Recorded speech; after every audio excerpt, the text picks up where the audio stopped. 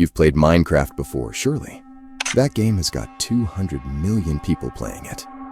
Every single month, all playing the same game. Minecraft isn't just popular, it's a phenomenon that's sold over 300 million copies worldwide. What makes the game so unique is there's over 1 million active modders constantly creating new content, building new worlds, adding features the original developers never imagined. These aren't just casual players messing around. This is a massive creative ecosystem. Artists, programmers, students, professionals, all sharing their work on platforms like GitHub. You've probably done it yourself. Searched for that perfect mod to enhance your gameplay. Downloaded it. Installed it. Trusted it. And why wouldn't you?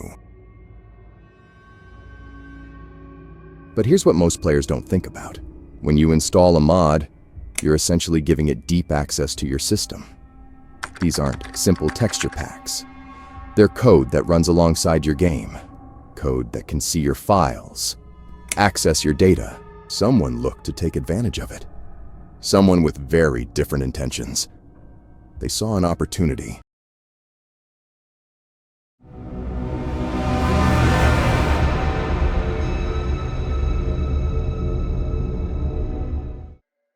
They called themselves the Stargazers Ghost Network.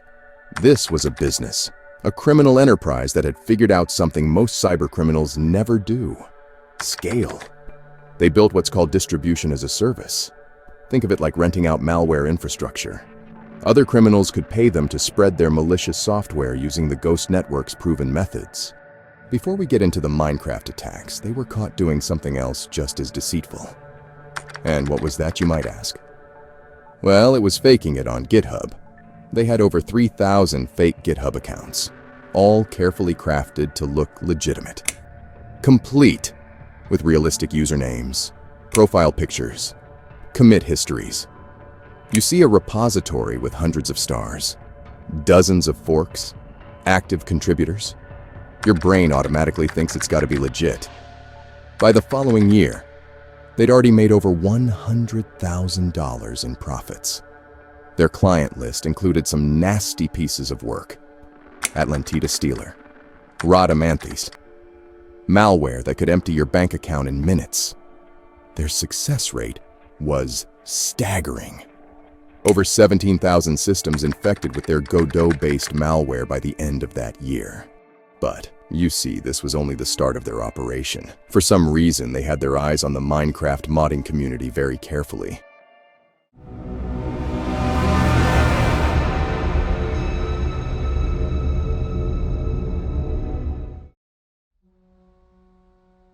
Months later, the Ghost Network swiftly shifted their attack. They'd been studying that Minecraft community, learning the ecosystem, understanding exactly how players discovered and downloaded mods. After some time, 2 mods appeared on GitHub: Oringo and Taunahi, both designed to look like popular legitimate modifications that Minecraft players were already searching for. The repositories looked perfect. Convincing descriptions, screenshots, even fake user reviews praising the features. But what players downloaded wasn't a mod at all. It was a Java-based loader, disguised as a Minecraft Forge 1.8.9 modification. Minecraft Forge 1.8.9 is a legitimate modding framework that millions of players use. The jar file they created had no main class attribute. That means it couldn't run on its own. It needed Minecraft's runtime environment to execute. Perfect camouflage. But the real genius was in the anti-detection techniques they built in. The malware would check your system properties, looking at things like operating system name and Java virtual machine name. It would scan for virtualization keywords like VMware or VirtualBox. Why? Well, because security researchers often analyze suspicious files in virtual machines. If the malware detected it was running in a virtual machine, it would simply do nothing, just act completely innocent. It was checking for other processes too, looking for analysis tools, debuggers, anything that suggested a cybersecurity person was looking at it. And if everything looked normal, if it was running on a real player system with no security tools monitoring it, then it would activate. Here's the scary part. This malware was completely invisible to antivirus software. I'm talking zero detection on VirusTotal. That's a platform that scans files with over 70 different antivirus engines, and every single one missed it.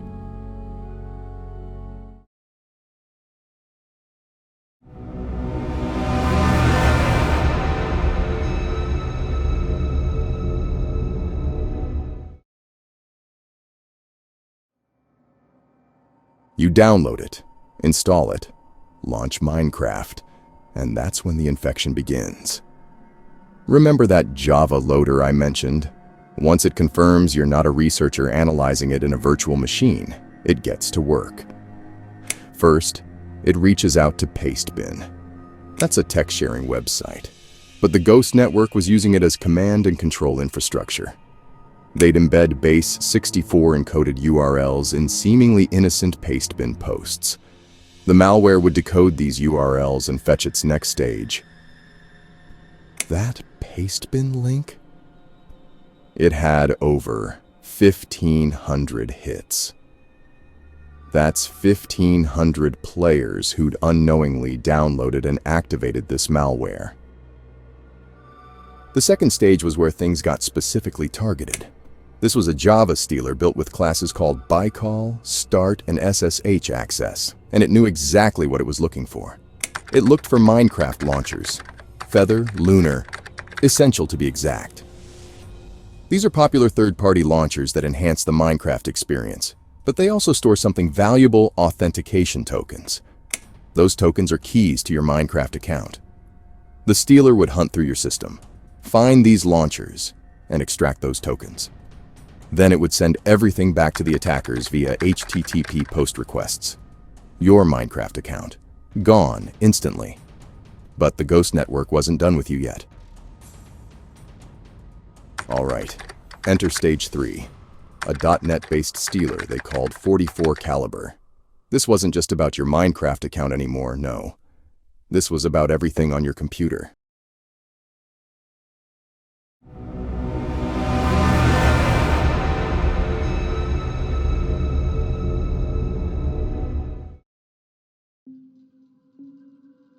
So, here's what 44 Caliber was really after. Your browser credentials. Every saved password. Every login. Every cookie that keeps you signed into your accounts. And your cryptocurrency wallets. Armory, Atomic Wallet, Bitcoin Core, Bytecoin, Dash Core, Electrum Ethereum, Litecoin Core, Monero, Exodus, Zcash, Jax. If you had crypto, any crypto at all, well, it was theirs now. Your VPN credentials, like Proton VPN, the VPN that I use to stay private online, were targeted. They scraped credentials from other VPN software, like OpenVPN and NordVPN. Shameless plug, but link in bio for Proton. Anyway, where was I? Oh, that's right, they were even after your Steam account, your gaming library, literally anything you had online. And it didn't stop there. The malware was rifling through your files, desktop, documents, your entire user profile directory, looking for anything valuable or personal, targeting American and European gamers through their beloved Minecraft community. The exfiltration method? Discord webhooks. They were compressing all your stolen data and sending it through Discord. Yeah, the same platform where millions of gamers chat and share memes.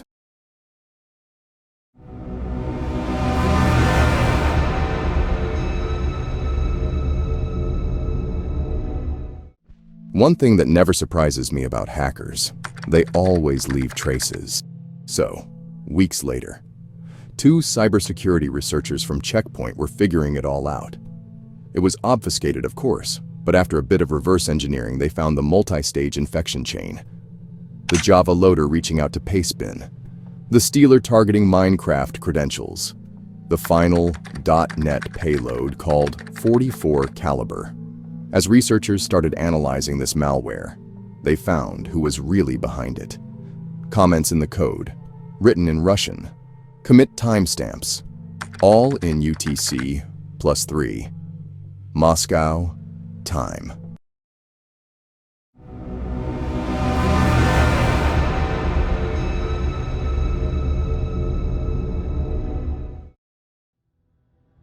The researchers documented everything. They had the SHA-256 hashes of the malware samples, URLs of the command and control infrastructure, specific GitHub repositories that had been compromised. URLs, like this one I'm showing you on the screen here. GitHub repositories like this one. alphadev/Oringo client. But here's the more important part. So, how do you protect yourself going forward? First, stick to verified mod platforms when possible. CurseForge, Modrinth. These platforms have review processes.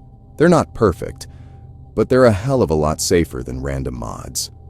Second, when you do use GitHub, look at the commit history. Check who's contributing. Are these real developers? And can you prove it? Honestly, just don't install anything on your main system with all your important data. Set up a separate environment. Let it run there first. Anyway, you've probably had enough of talking about Minecraft now.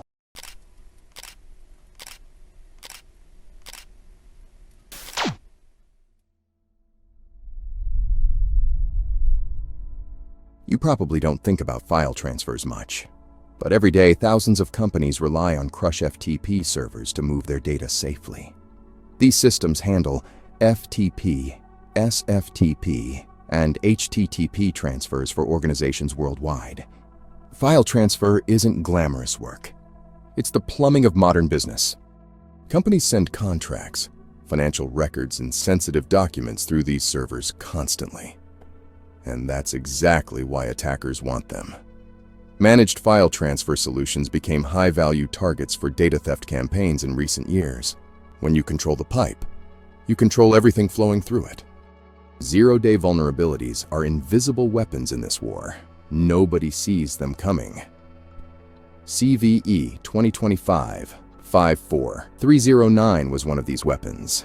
It targeted CrushFTP's AS2 protocol through an unprotected alternate channel. July 2025, CrushFTP's CEO, Ben Spink, delivered an urgent warning to Bleeping Computer. Threat actors are actively exploiting this zero-day vulnerability, he said. The attack allowed administrative access through the web interface on vulnerable servers. The invisible war had begun.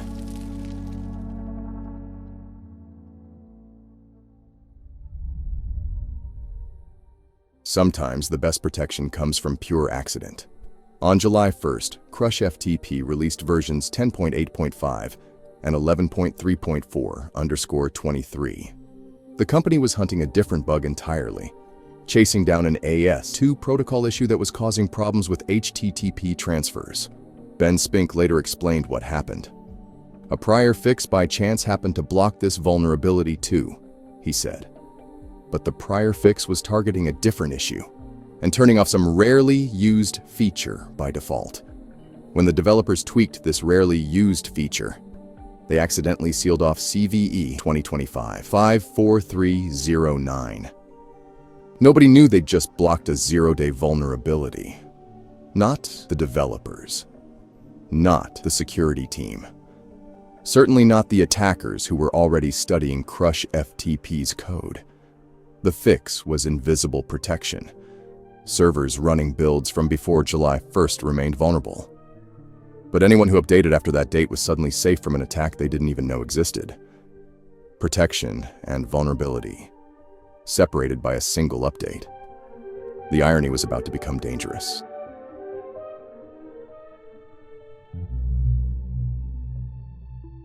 The accidental fix created an unexpected problem. Code changes are like breadcrumbs for attackers. They study every update, looking for clues about what was broken before. CrushFTP's wiki later documented what happened next. Hackers apparently reverse-engineered our code and found some bug, which we had already fixed. 16 days. That's how long the hunters had to work. From July 1st to July 17th. Threat actors dissected CrushFTP's code changes. They weren't looking at the new versions. They were studying what got patched. Every fix reveals a vulnerability that existed before. Attackers download both versions of the software, then they compare the code line by line. They ask themselves, what were the developers trying to fix? Where was the weakness? These attackers understood exactly what they were hunting. They knew that any server running versions below those July 1st releases would still have the original vulnerability. The irony was complete. CrushFTP's accidental fix had saved newer installations, but it also painted a target on every server that hadn't updated yet. For 16 days, the race was on. Administrators were slowly updating their systems, while attackers were rapidly building their exploit. Both sides were working against the clock.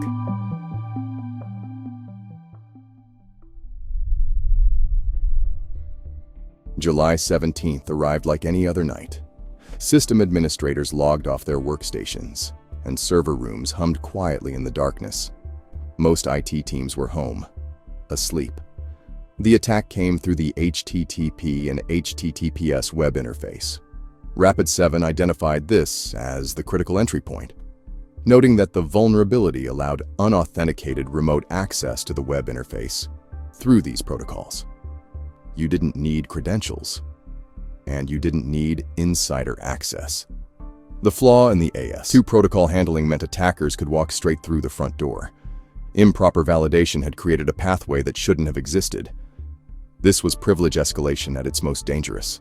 Attackers could gain administrative control without ever proving who they were. The web interface became their command center. The stealth was remarkable. While administrators slept, unauthorized users were quietly creating admin accounts. The attack moved silently through vulnerable systems. No alarms, no alerts, just quiet infiltration in the pre-dawn hours. Morning was coming, but the damage was already beginning.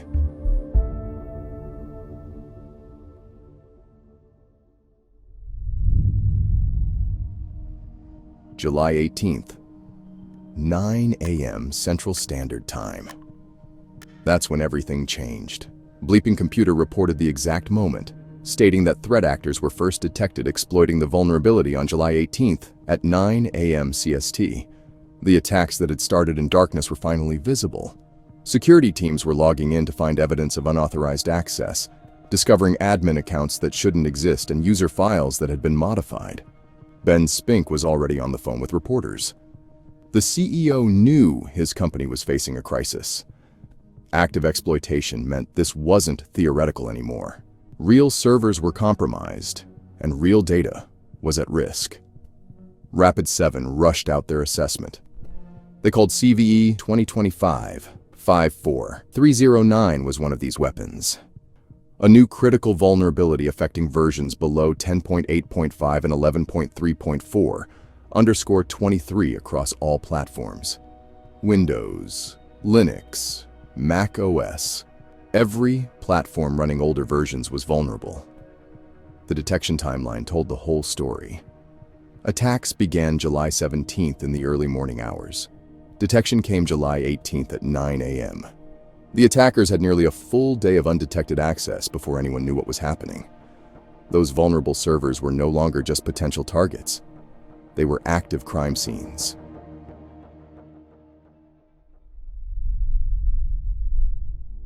When defenders started investigating, they found strange fingerprints everywhere. The most obvious indicator was in the XML configuration files.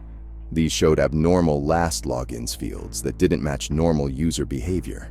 The usernames were bizarre. Long random strings appeared in admin accounts that nobody recognized. Ben Spink explained the stealth to Bleeping Computer. The default user was modified as the main IOC, he said. The attackers had modified things in very invalid ways that were still usable for the attacker, but no one else. The interface manipulation was clever. Buttons from the end-user web interface disappeared, and formerly regular users now had admin buttons. Normal users suddenly had administrative privileges they never should have received. The attackers weren't starting from scratch. CrushFTP warned that hackers reused scripts from prior exploits to deploy things on CrushFTP servers. They were building on previous attacks, adapting old techniques for this new vulnerability.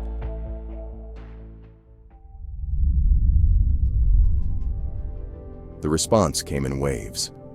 CrushFTP rushed out emergency patches, releasing versions 11.3.4_26 and 10.8.5_12. Rapid7 told organizations to apply the vendor-supplied patch on an emergency basis, without waiting for a typical patch cycle. But the experts disagreed on protection strategies. CrushFTP claimed their enterprise customers with DMZ setups were safe. Rapid7 wasn't buying it, advising against relying on demilitarized zones as mitigation. The restoration process was brutal. Organizations needed backups from before July 16, 2025. This wasn't the first time. Bleeping Computer noted that ransomware gangs, usually CLOP, have repeatedly exploited zero-day vulnerabilities in similar platforms. The pattern was clear. File transfer systems remain prime targets. The hunters are always scanning for the next way in.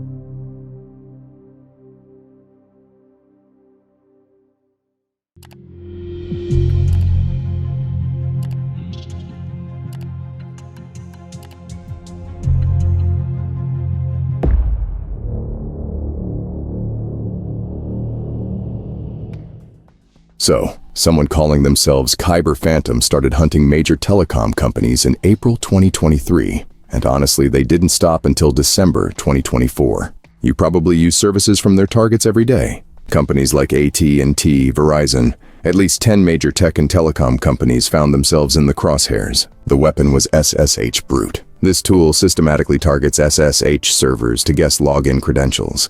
Once it cracks those passwords, attackers get direct access to protected computer networks. These people coordinated through encrypted Telegram group chats. They planned their moves, they shared information, they worked together. While you were making calls and sending texts, someone was methodically breaking into the systems that make your phone work. They were patient, they were persistent, and they were about to pull off something that would shake the entire telecom industry.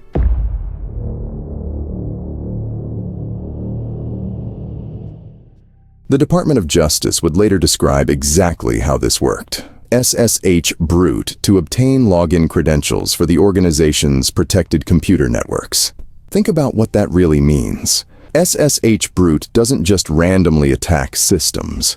It systematically cycles through username and password combinations, hammering away at SSH servers until something breaks. Every failed login attempt gets logged, but most companies can't monitor everything in real time. So SSH Brute just keeps grinding away, hour after hour, day after day. The attackers weren't hitting random targets either.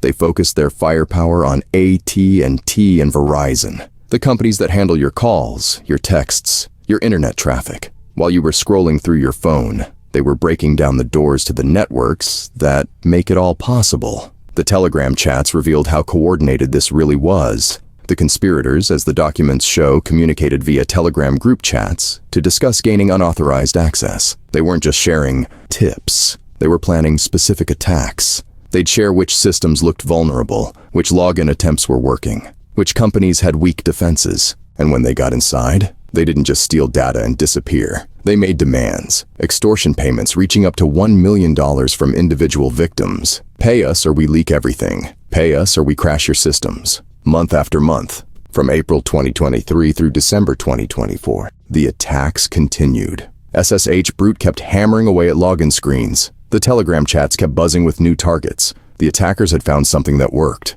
and they weren't going to stop until someone made them.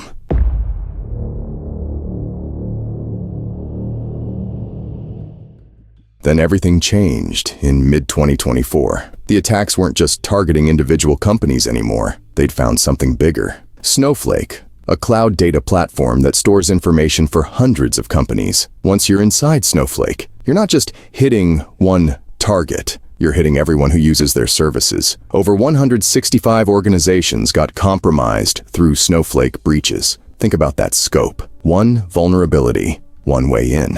hundreds of victims. AT&T felt it first. Between April 14th and 25th, 2024, attackers walked away with 50 billion call and text records. Not current data either. This stuff went back to May 2022 through October 2022. Your calls, your texts, your location data, all of it sitting in a database somewhere. All of it now in the hands of people who shouldn't have it. Here's what AT&T hasn't told you directly. They paid up.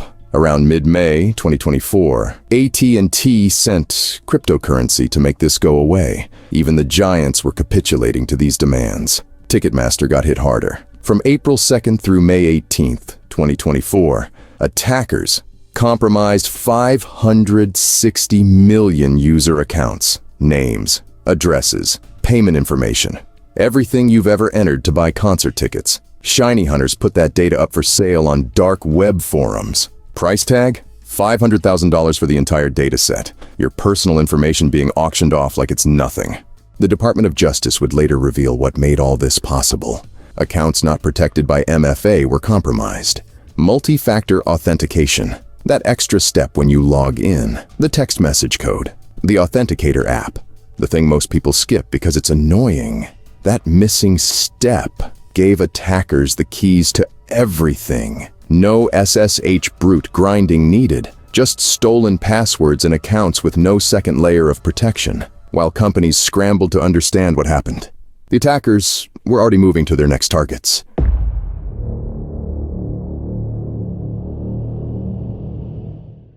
The Telegram chats revealed something darker than just coordination.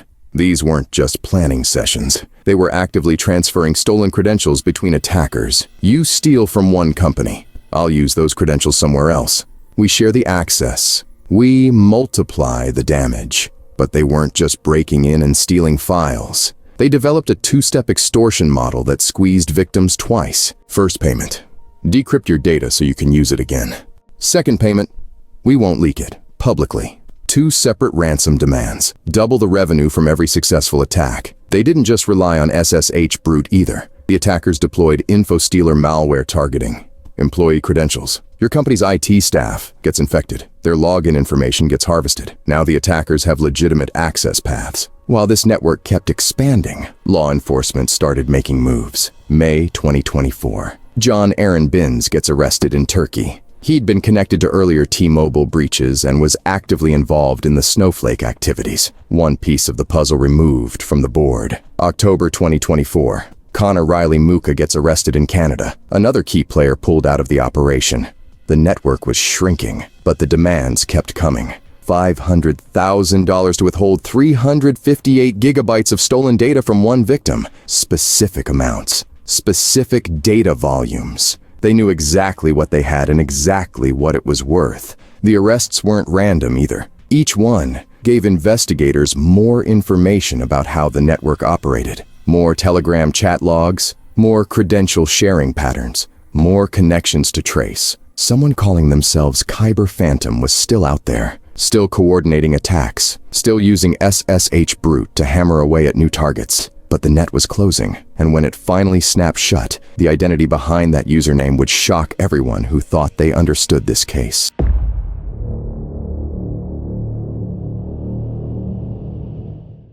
December 20th, 2024. Texas law enforcement made an arrest that, honestly, nobody saw coming. Cameron John Wagenius, the man behind Kyber Phantom, was taken into custody right on his home turf. But here's what hit everyone like a punch to the gut. Wagenius wasn't just some random cybercriminal. He was a former United States Army soldier. Think about what that means for a second. You take an oath when you join the military. You swear to defend the Constitution. You promise to protect the country from enemies foreign and domestic. This guy threw all of that away. Instead of defending America's infrastructure, he spent nearly 2 years systematically attacking it. The telecom companies he targeted? Their critical infrastructure. The networks that keep emergency services running, the systems that connect military bases, the backbone of American communications. He knew this. He understood the importance of these systems because he'd been trained to protect them. The charges tell the whole story. Wire fraud conspiracy, aggravated identity theft, extortion related to his campaign targeting at least 10 tech and telecom companies, every single SSH brute attack, every Telegram message coordinating with other attackers, every extortion demand, all of it adding up to potential federal prison time. 27 years, maximum. That's what Wagenius is looking at for betraying everything he once swore to defend. You don't just wake up one day and decide to attack your own country's infrastructure. This was calculated. This was sustained. This was a former soldier turning his training against the very nation that taught him how to fight. The arrest ended Kyber Phantom's run, but it also revealed something much darker about who we trust to protect us. Sometimes the greatest threats come from people who know exactly where we're most vulnerable.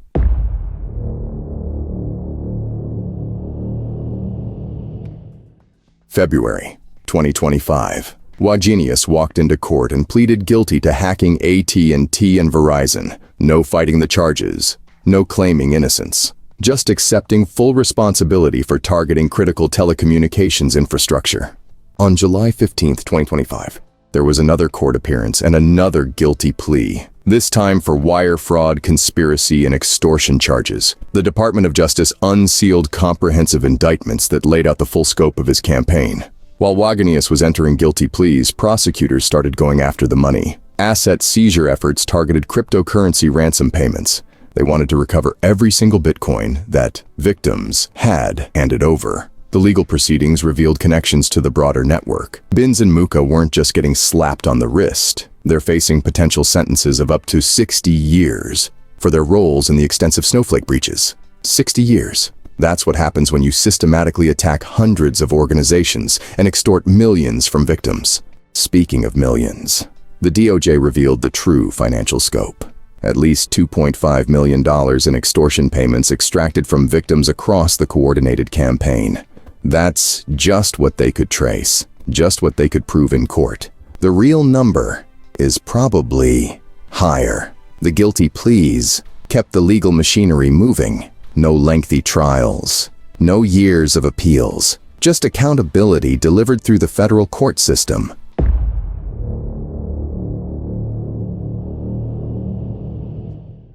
Here's what this entire case comes down to. SSH Brute is a relatively simple brute force tool. Nothing fancy about it. But when you combine it with accounts lacking multi-factor authentication, it becomes devastatingly effective. Hundreds of organizations compromised. Millions of records stolen. All because companies skipped that extra login step. The cybersecurity lessons here are concrete. We're talking about mandatory MFA implementation across all SSH access points, enhanced credential protection protocols, and improved monitoring systems that catch brute force attacks before they succeed. Companies are already implementing these changes. SSH access logs get reviewed in real time now. Brute force detection triggers immediate lockdowns, and MFA isn't optional anymore. Binz and Muka still face their trials.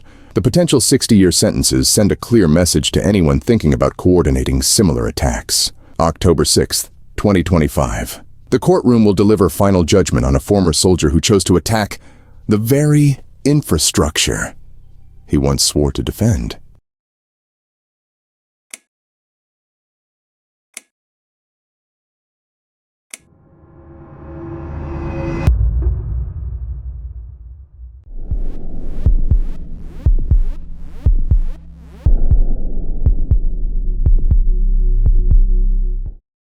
You've probably never heard of Blind Eagle, and honestly, they prefer it that way. This cybercriminal group has been hunting in Latin America since 2018. Their favorite target? Colombia. Government agencies, banks, critical infrastructure. They don't discriminate. Here's what caught my attention first. Every GitHub commit they make uses coordinated universal time -5 time zone. That's Colombian time. These aren't random hackers working from mom's basement. Someone's clocking in for work. They know Colombian judicial institutions inside and out. The emails they send. The government structures they target. It's like they have insider knowledge. They understand exactly how these organizations trust each other. The technical classification says it all. Advanced, persistent, threat. That means state-level capabilities. Long-term strategic objectives. This isn't about making quick money. Their infrastructure tells the same story. Dynamic domain. Name system lets them change internet protocol addresses constantly. Encrypted command and control communications. Professional-grade operational security. But here's what makes them really dangerous. They adapt. Fast. Every time defenders patch a vulnerability, Blind Eagle finds another way in. The UTC-5 timestamps don't lie. Someone's been systematically targeting Latin American organizations for 6 years running.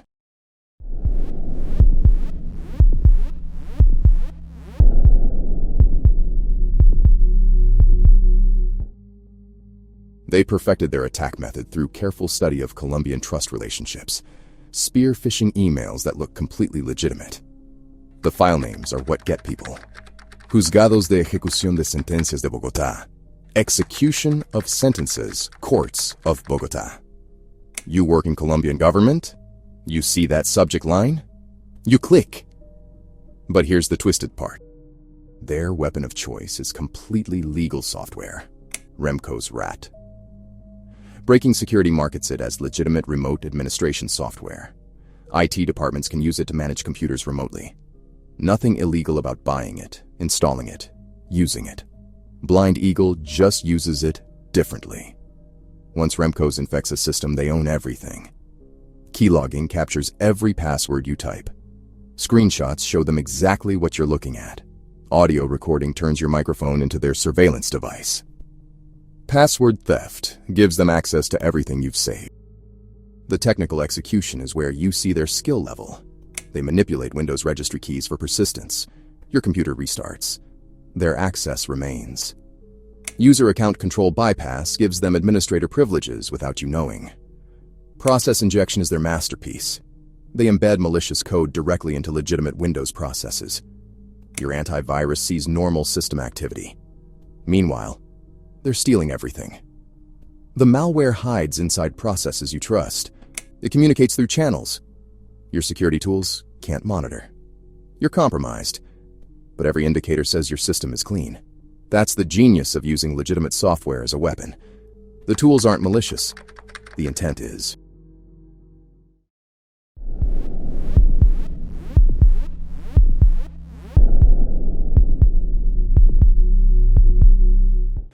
November 2024 changed everything for Blind Eagle. They found CVE 2024-43451. This vulnerability turned the most basic Windows action into a weapon. Right-clicking a file, deleting something, dragging it to another folder. That's all they needed. You probably do these actions hundreds of times every day. You never think about it. Neither did Microsoft's security team, apparently. The exploit worked through malicious .url files. Someone sends you one in an email. You right-click to check properties. Boom. Your NT-LAN Manager version 2. Hash gets disclosed automatically. Here's what makes this terrifying. It affected every supported Windows version. Windows 10, Windows 11, Windows Server editions. Every single one. The attack surface was massive. The technical execution was elegant. Those .url files triggered WebDAV requests over HTTP port 80. The user agent string was completely legitimate-looking traffic. Your computer would automatically download the Remco's RAT payload. No additional clicks required. No suspicious warnings. Just normal file interaction, triggering malicious downloads. NTLM version 2 hashes are Windows authentication credentials. Once attackers have them, they can crack them offline, or use them directly and pass the hash attacks to move through your network. The stealth factor was perfect. WebDAV is a legitimate protocol for file sharing over HTTP. Security tools see normal network activity. Meanwhile, you're getting compromised through basic file management.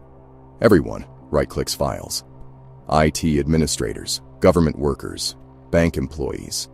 The vulnerability didn't discriminate. Blind Eagle had found their golden ticket. Minimal user interaction, maximum impact, zero detection.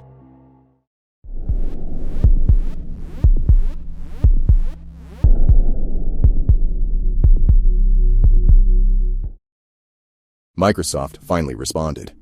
November 12th, 2024. Patch Tuesday brought fixes for 89 security vulnerabilities. CVE 2024-43451 was among them.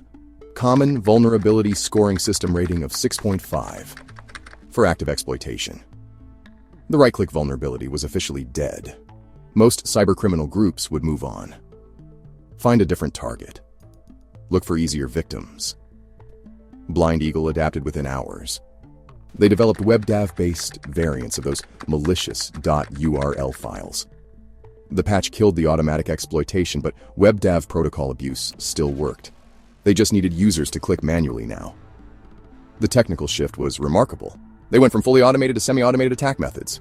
Instead of right-clicking triggering everything automatically, victims had to actually click on the malicious files. You can see their development capabilities in real time. Patch deployed.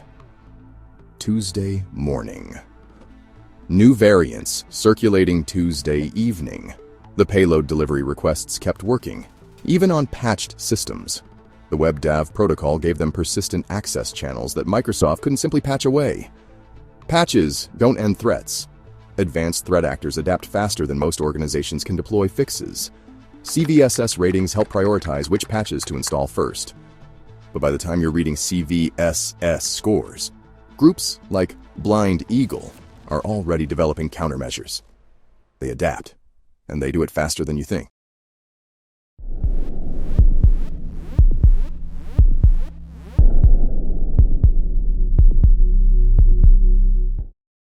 December 19th, 2024. Blind Eagle launched their biggest operation yet. They called it Paraiso. Over 1,600 victims infected in a single coordinated campaign, all targeting Colombian judicial institutions. But that's just one day. The total scale across all their campaigns? 9,000 infections. Think about that number for a second. 9,000 compromised systems across Latin America. The attack chain they built was, honestly, masterful. Google Drive hosted the initial phishing links.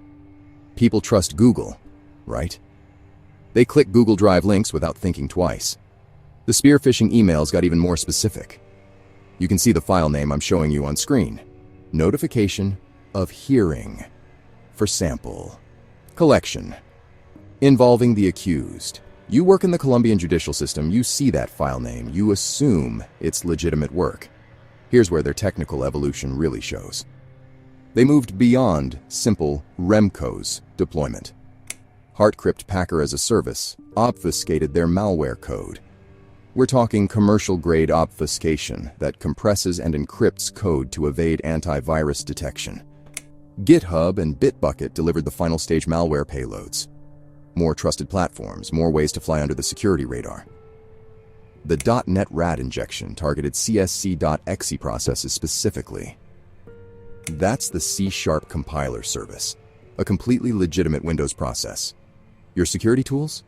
They see normal compilation activity, while malicious code executes in memory. Process hollowing replaced legitimate process memory with malicious code. The appearance stays normal, but the behavior becomes criminal. Data exfiltration volumes tell the real story. 60 megabytes from one target, 5.6 megabytes from another. That's thousands of documents, credentials, sensitive organizational information, personal data of Colombian citizens. Each infection meant complete system compromise. Keyloggers capturing every password, screenshots recording sensitive work, audio surveillance through built-in microphones, password theft giving access to connected accounts.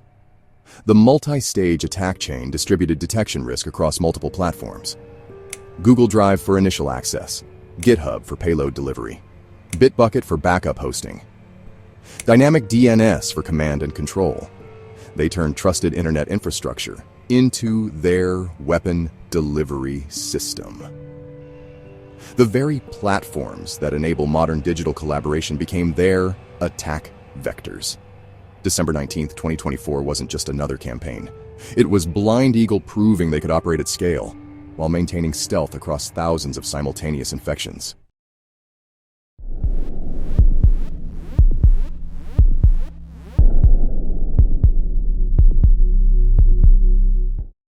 February 25th, 2025. Darktrace's cyber AI analyst detected something wrong on a Colombian customer network. The system identified coordinated attack patterns immediately. Classic blind eagle behavior. But detection isn't the same as response. 5 hours passed without automated intervention. 5 hours of continuous command and control communications. 5 hours of payload downloads. 5 hours of data theft. The attack infrastructure was already familiar. Connections to German hosted IP addresses for downloading malicious payloads. Dynamic DNS domains handling the coordination. You can see exactly what happened during those 5 hours. The same data volumes from previous campaigns. The same exfiltration patterns. The same systematic compromise of Colombian government systems. Manual intervention finally stopped the attack. A human analyst saw the alerts, investigated, and pulled the plug. But that took 5 hours of analysis and decision-making. Those 5 hours represent the critical vulnerability in modern cybersecurity. We can spot threats instantly. We just can't stop them as fast as we find them. The specific indicators of compromise tell the story. German hosting, dynamic DNS coordination, familiar payload delivery methods. Everything was detectable. Nothing was automatically stopped.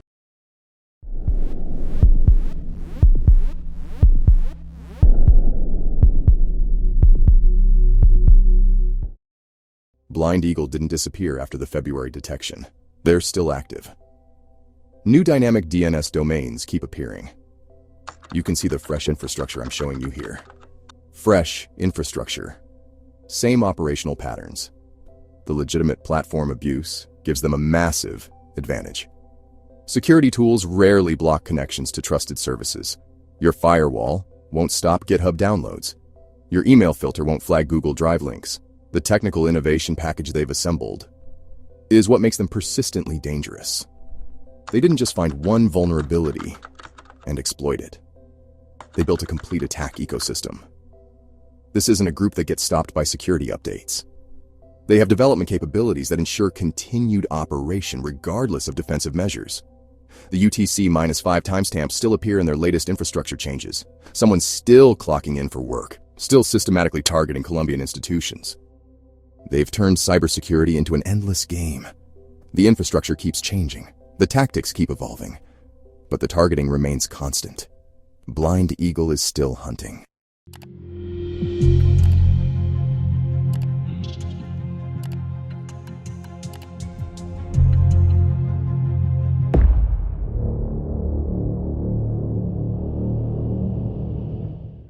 CloudSec's X-Vigil platform runs 24/7, scanning millions of social media posts every day. The system flags specific keywords automatically. Words like second series, fake currency, and fake currency notes. Most alerts are nothing. False positives, background noise from the internet's constant chatter. The strike team handles these alerts. They're CloudSec's threat hunters, sifting through endless streams of data, looking for real problems hiding in plain sight. Their job is routine monitoring across social media platforms, dark web forums, anywhere criminals might surface online. They track high-risk keywords and suspicious activity patterns. But on this particular scan, something was different.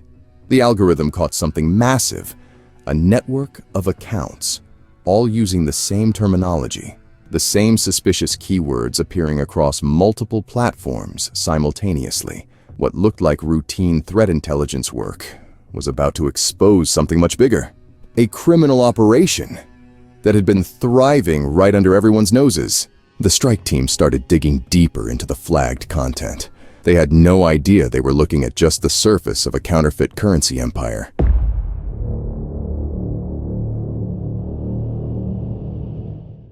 The investigation that followed lasted 6 months, from December 26, 2024 to June 26, 2025. CloudSec documented everything in their report titled Notes of Deception, exposing India's social media-based counterfeit currency network. The numbers were overwhelming.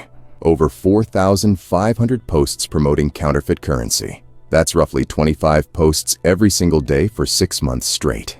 The analysts found more than 750 accounts and pages involved in the network. They identified over 410 unique phone numbers, Each number represented a real person somewhere in India, someone actively selling fake money online. So, Facebook became the primary marketplace for this operation. Criminals used Facebook groups and pages to advertise their counterfeit notes. They even ran meta ads to reach more buyers. YouTube channels, well, they showcased their products.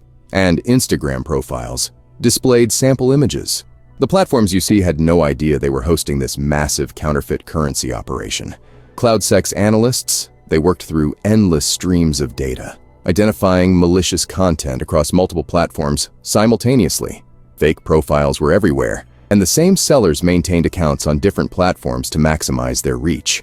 You have to understand the scale here. This wasn't just a few people selling fake money on the side. This was an organized network with hundreds of participants, operating across every major social media platform. The analysts were staring at what looked like a criminal enterprise, but they still didn't know who these people actually were.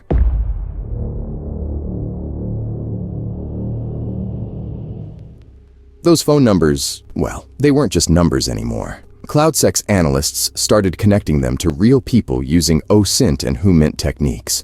Open source intelligence means scraping every public data point available. Social media profiles, phone number databases, cross-referencing accounts across platforms. Human intelligence involves actually calling these numbers, pretending to be buyers, getting criminals to reveal information about themselves. The breakthrough came when they traced specific accounts back to group administrators. Vivek Kumar, his phone number, which I'm showing you here on screen.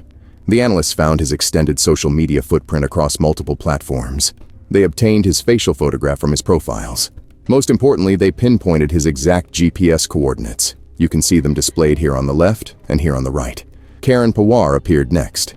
His coordinates are shown here and here as well. Another group administrator running multiple accounts in the network. You can see how close those coordinates are. We're talking about people operating within walking distance of each other. The geographic clustering became obvious as more names surfaced. Maharashtra's Dhule district kept appearing in the data, and Pune showed up repeatedly. The analysts were mapping a concentrated criminal network. Each phone number they investigated led to social media accounts. Those accounts had profile pictures, real faces, real locations. The strike team was transforming abstract data points into actual human beings with addresses. CloudCK's detailed attribution analysis revealed how these administrators managed multiple fake profiles while using their real identities carelessly across platforms. They left traces everywhere. The investigators now had faces to match the criminal enterprise.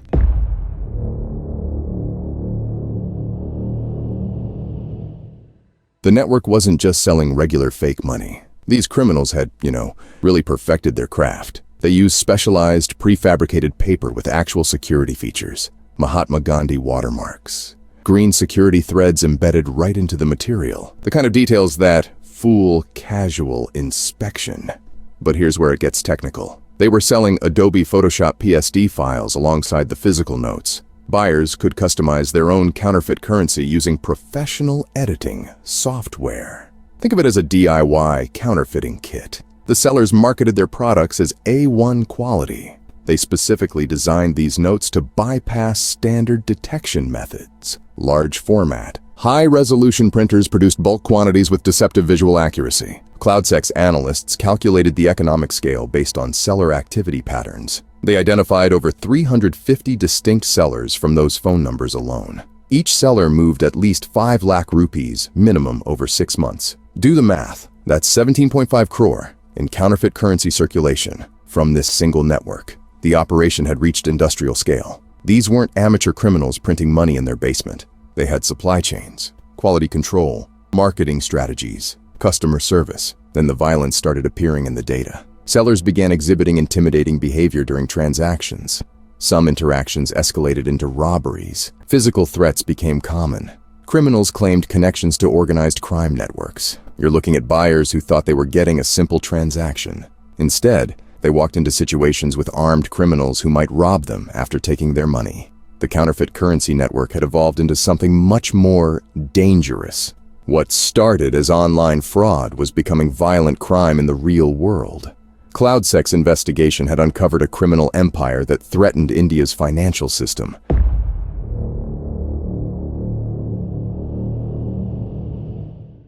CloudSec finished their investigation and compiled everything into their report. On July 26, 2025, they shared it with hackread.com for publication. That same week, everything exploded. Police in West Bengal had been working their own case.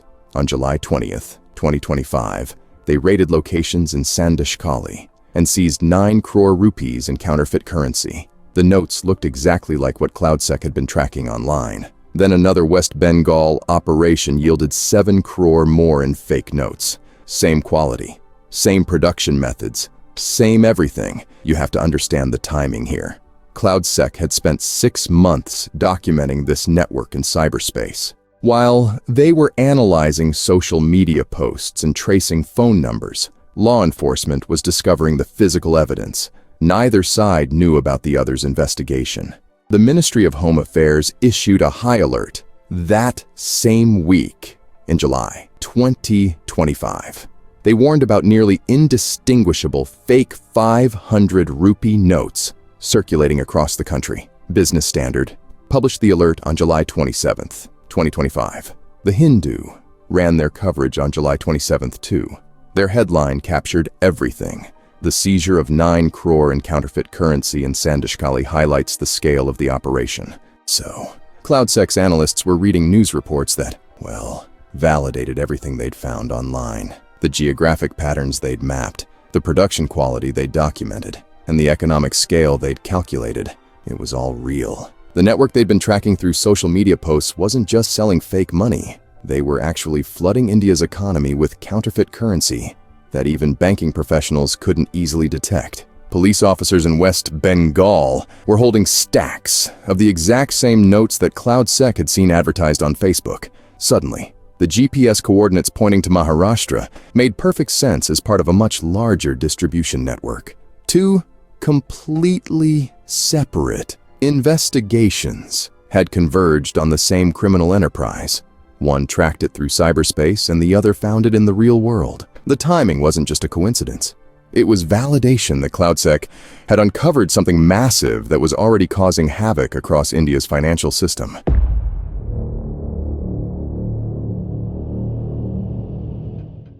Here's how buyers actually found these sellers. The network used meta ads embedded with trending hashtags like currency, counterfeit, and fake currency notes. These hashtags increased visibility across YouTube, Facebook groups, and Instagram profiles. Once someone showed interest, the real process began. Initial contact happened via WhatsApp or direct phone calls. Sellers would share images of their counterfeit notes, often holding handwritten signs next to the fake currency. Sometimes they'd display the notes on their phone screens during video calls. The video calls weren't just product demos, they were trust-building exercises. Buyers wanted to see real people behind the operation, but these weren't the sellers' real identities. Each criminal maintained multiple fake social media profiles.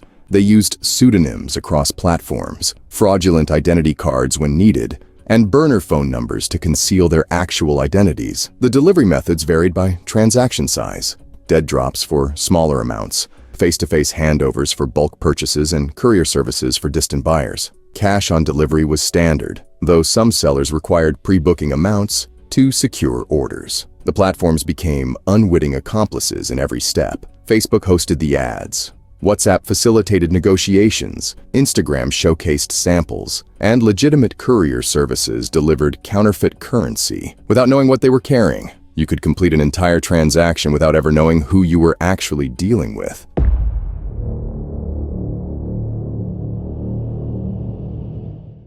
The final attribution picture revealed even more names.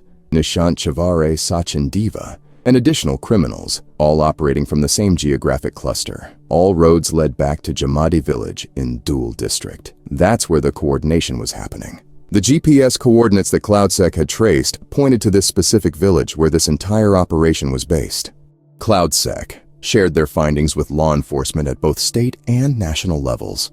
Their recommendations were specific: proactive monitoring using threat intelligence platforms, targeted investigations in hotspots like Dhul, and coordinated cross-agency efforts to disrupt the network. The MHA's July 2025 alert about detection difficulties wasn't happening in a vacuum. Local news reports showed that Dhul had a history of counterfeit incidents. This wasn't the first time Criminals from this area had flooded the market with fake currency. What CloudSec documented was a geographically clustered criminal enterprise. Multiple individuals working from the same village, operating across every major social media platform simultaneously, managing hundreds of accounts and phone numbers between them. The evidence showed coordination at every level. The same production methods, the same marketing language, the same operational security practices, and the same geographic base of operations. CloudSec's investigation had mapped a counterfeit currency syndicate centered in one Maharashtra village that was using social media to distribute fake money across India.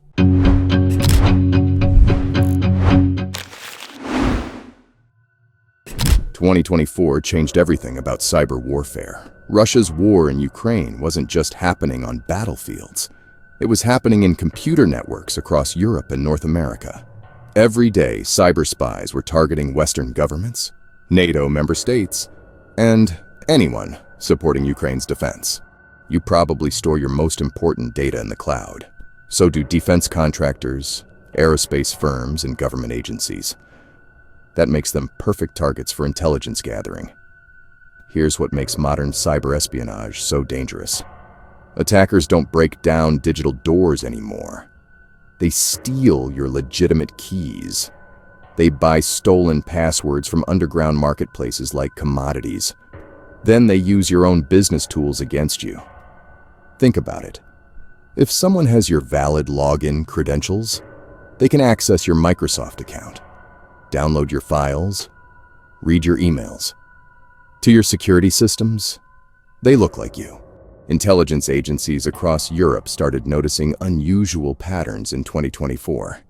Analysts at AIVD, MIVD, and Microsoft security teams were tracking something new. Something sophisticated. The targets weren't random. Defense ministries, military procurement offices, organizations handling weapons deliveries to Ukraine. The goal was clear. Gather intelligence to help Russia circumvent Western sanctions. The attackers stayed invisible. They used legitimate cloud services as weapons. April 2024. That's when something new appeared in the networks. Microsoft security researchers started tracking a group they called Void Blizzard. Dutch intelligence analysts at AIVD and MIVD were seeing anomalies in their monitoring systems. Nobody knew these were the same threat yet. The attacks were different. These weren't your typical hackers breaking into systems. They were buying stolen credentials in bulk from commodity info stealer ecosystems. Imagine, automated malware stealing passwords from thousands of computers, then selling them like groceries at a digital marketplace. The attackers would take those stolen credentials and use them to access Microsoft accounts directly.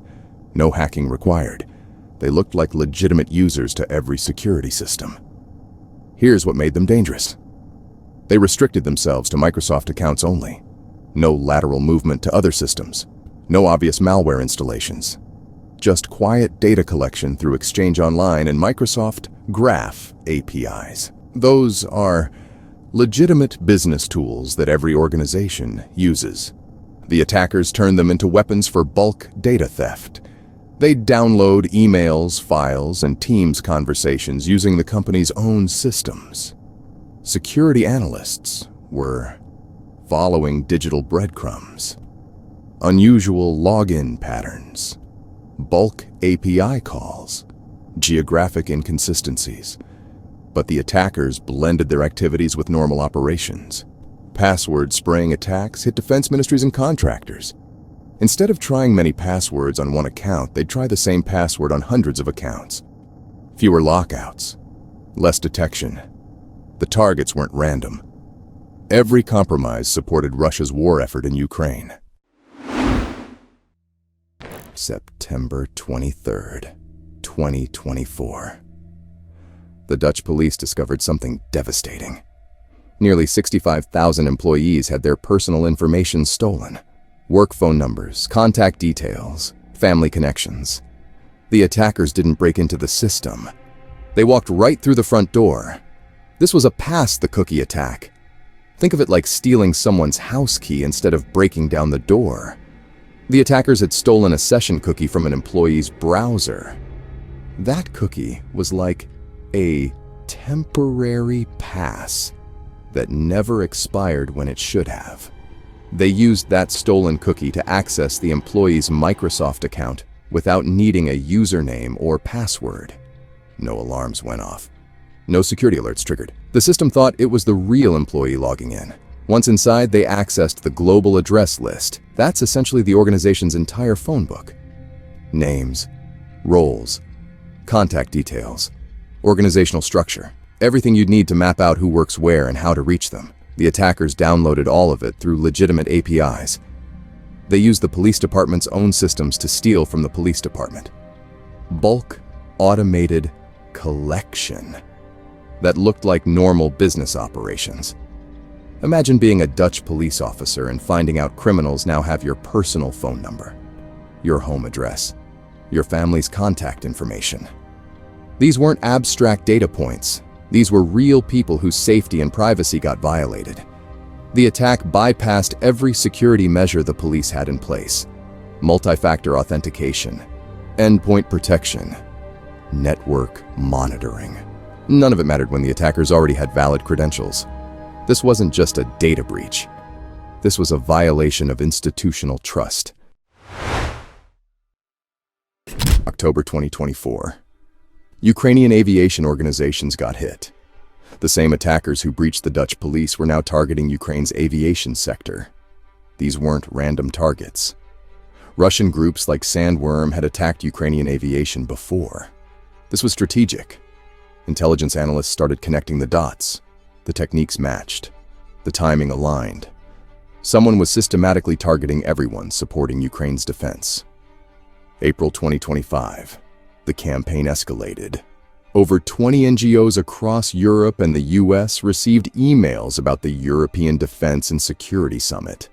Professional-looking invitations with legitimate-sounding conference details. The emails came from a fake domain that looked almost identical to the real Microsoft online domain. The attackers were using EvilGinx now. This tool creates fake Microsoft login portals that look completely legitimate. When NGO employees clicked the summit links and entered their credentials, they were typing their passwords directly into Russian hands. This wasn't just credential theft anymore. This was sophisticated man-in-the-middle attacks. The fake login pages captured everything: usernames, passwords, even multi-factor authentication codes. Meanwhile, they were exploiting SharePoint vulnerabilities to grab additional credentials. They'd map out entire cloud environments using Azure Hound, like creating a detailed floor plan before a heist. The pattern was clear now. Government agencies in spring 2024, police departments in fall 2024, Ukrainian aviation in October, NGOs by spring 2025. This wasn't random cybercrime. This was coordinated warfare targeting everyone who opposed Russia's invasion. The attackers had moved from government institutions to civil society. Nowhere was safe. May 27th, 2025. 3 intelligence agencies made a coordinated announcement. AIVD and MIVD released their assessment with high confidence. Laundry Bear is a threat actor that is likely working on behalf of the Russian state. Microsoft confirmed what their researchers had suspected for months. Void Blizzard, the group they'd been tracking since April 2024, was Russia-based. The same actors, the same campaign. Everything clicked into place. Those mysterious attacks on Dutch police weren't random cybercrime. The Ukrainian aviation breaches weren't opportunistic hackers. The NGO phishing campaigns weren't generic fraud. This was a single, coordinated Russian intelligence operation. The strategic purpose became clear. Every stolen email, every compromised file, every bulk data collection served one goal: gathering intelligence on military procurement, weapons deliveries, and restricted technologies. Russia was using cyber espionage to circumvent Western sanctions. The analysts had been tracking a ghost for over a year. Now they could see the full scope. Western government organizations across multiple countries. NATO member states, defense contractors, aerospace firms, all systematically compromised by the same Russian team. The attackers had collected emails, files, and Teams conversations in bulk using legitimate cloud APIs. They'd turned Microsoft's own business tools into weapons for state-sponsored espionage. Intelligence agencies published detailed reports exposing Laundry Bear's tactics, techniques, and procedures. The ghost in the machine finally had a name and a face. Russia's digital army had been operating in plain sight for over a year. The intelligence agencies didn't just expose Laundry Bear. They published detailed mitigation strategies. Multi-factor authentication wasn't enough anymore. Organizations needed phishing-resistant MFA, hardware security keys that can't be fooled by fake login pages. Think of it like a physical key that only works in the real lock. Administrators started shortening cookie expiration times. Session rebinding forced users to re-authenticate periodically. Those stolen cookies the attackers relied on? They'd expire faster now. Cybersecurity teams implemented active monitoring of cloud activities, real-time detection of bulk data exfiltration through APIs. Instead of waiting for alerts, they started threat hunting. Proactive searching for hidden threats already inside their networks. Endpoint security became critical. Stop info-stealer malware infections at the source. Prevent credentials from getting stolen in the first place. Defense and government sectors rolled out enhanced resilience measures, multiple layers of security to ensure a single compromised credential couldn't expose entire organizations. But here's the reality. Cybersecurity professionals knew this was just the beginning. They were implementing stronger defenses while the attackers were already adapting their methods. The game continues. Every defensive measure triggered new attack techniques. Every security update sparked new bypass methods. Organizations that got breached were rebuilding trust with their employees. IT teams were working overtime to patch vulnerabilities and update security policies. The threat wasn't going away. It was evolving. Laundry Bear's operations are notable for their stealth and efficiency. They used simple yet effective methods to remain undetected for over a year. This wasn't an isolated campaign.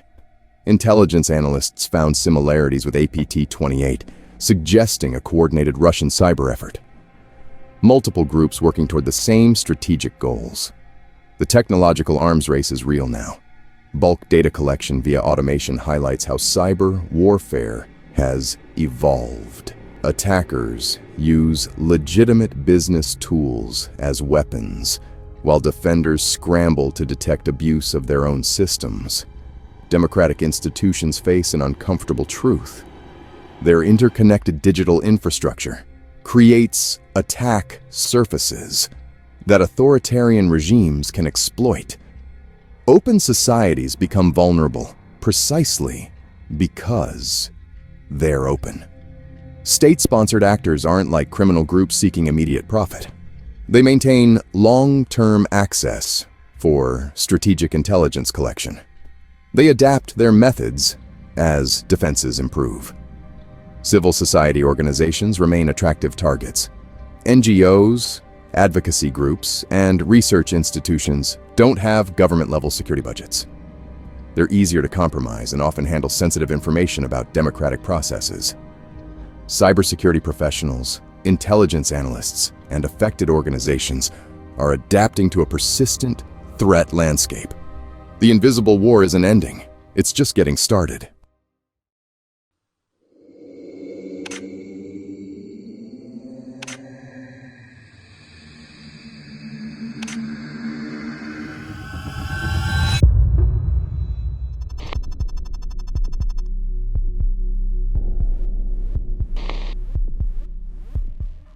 You check your email, browse social media, watch YouTube, order lunch online. Every single click depends on something you've never thought about. DNS. When you type youtube.com, your computer doesn't know where that is. It needs an IP address. That's where DNS comes in. DNS translates domain names into IP addresses. It's been doing this since RFC1035 was written decades ago. Every website visit, every app connection, every online action. Your computer asks a DNS server, "Where's youtube.com?" The server responds. Try this IP address. This happens billions of times per day. Research shows that 85% of mature organizations rely on public DNS resolvers for these lookups. Here's what makes DNS perfect for its job. It's trusted. It's everywhere. And it's barely monitored. DNS servers around the world handle these requests without question. They assume every query is legitimate. Most security tools don't even look at DNS traffic closely. You trust DNS completely. Your company trusts DNS completely. The entire internet runs on this trust. But what happens when someone turns that trust into a weapon?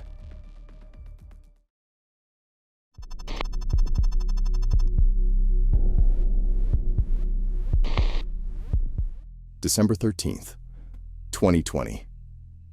FireEye's security team was having a very bad day. They discovered something that shouldn't exist. Their own network tools were compromised. Not by some external hack, but by software they'd installed themselves.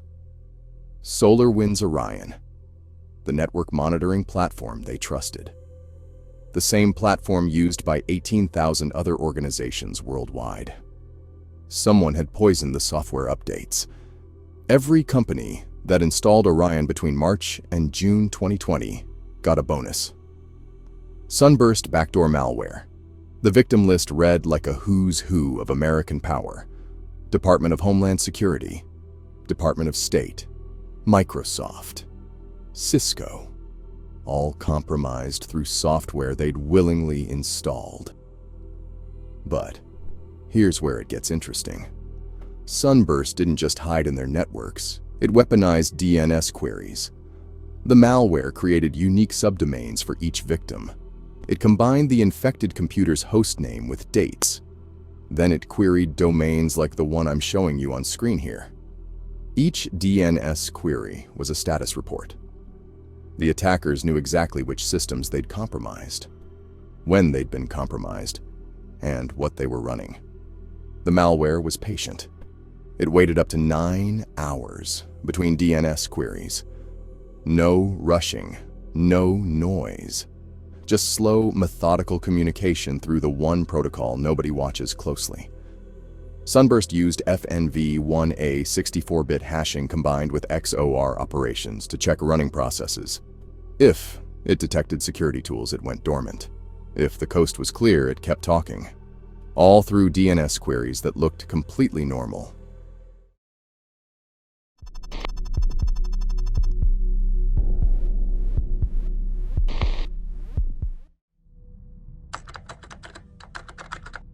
January 2021. Security researcher Spencer Walden published something that made DNS experts very uncomfortable. He called it the DNS sandwich technique, and it changed everything we thought we knew about protocol abuse. Walden showed how attackers could hide data inside DNS packets themselves.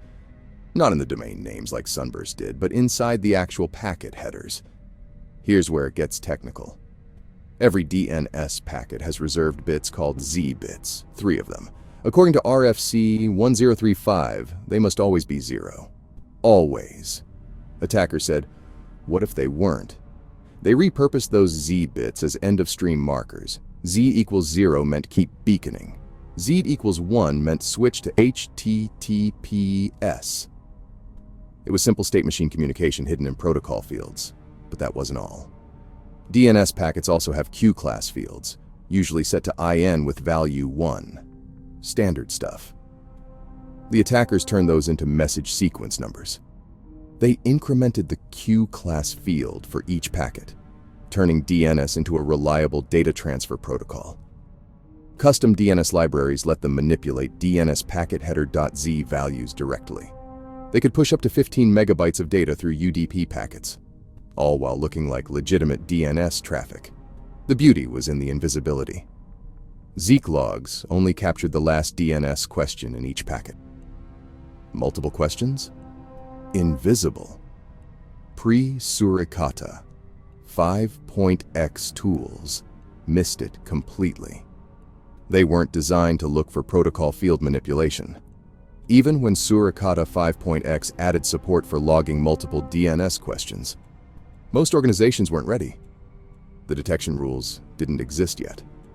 Walden had revealed something terrifying. The internet's most trusted protocol could carry any payload, and most security tools would never notice.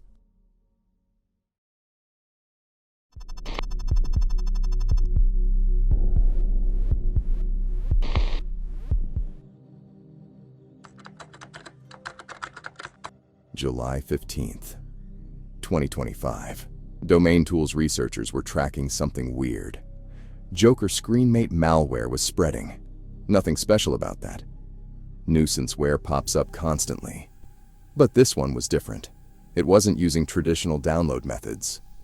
No HTTP servers, no peer-to-peer networks, no compromised websites.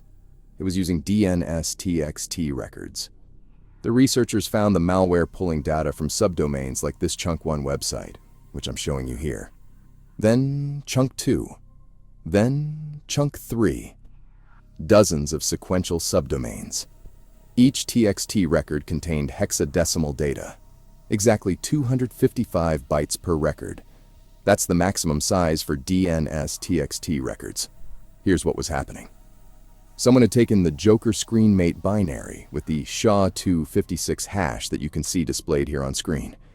They'd converted it to hexadecimal, then split it into 255 byte chunks. Each chunk got stored in a separate TXT record. Sequential subdomain names made reassembly simple.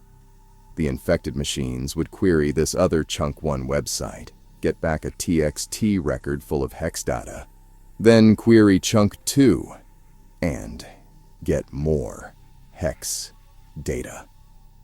They'd keep going until they had all the pieces. Then they'd concatenate everything, convert the hex back to binary, and execute the malware. What made this interesting wasn't the technique. TXT records had been abused before. It was who was using it. This wasn't nation-state actors with custom tools. This was common malware authors. They'd figured out how to weaponize DNS infrastructure, just like Sunburst had. But they'd made it accessible. AI-assisted scripts could handle the reassembly automatically. Query each subdomain in order, concatenate the results, convert, and execute. The barrier to entry had collapsed. Techniques that started with advanced persistent threats were now available to anyone distributing nuisanceware. Detection required tools like DNS-DB Scout to analyze TXT record patterns across subdomain sequences. Most organizations didn't have that capability. DNS had evolved from communication channel to file storage system, and it was spreading fast.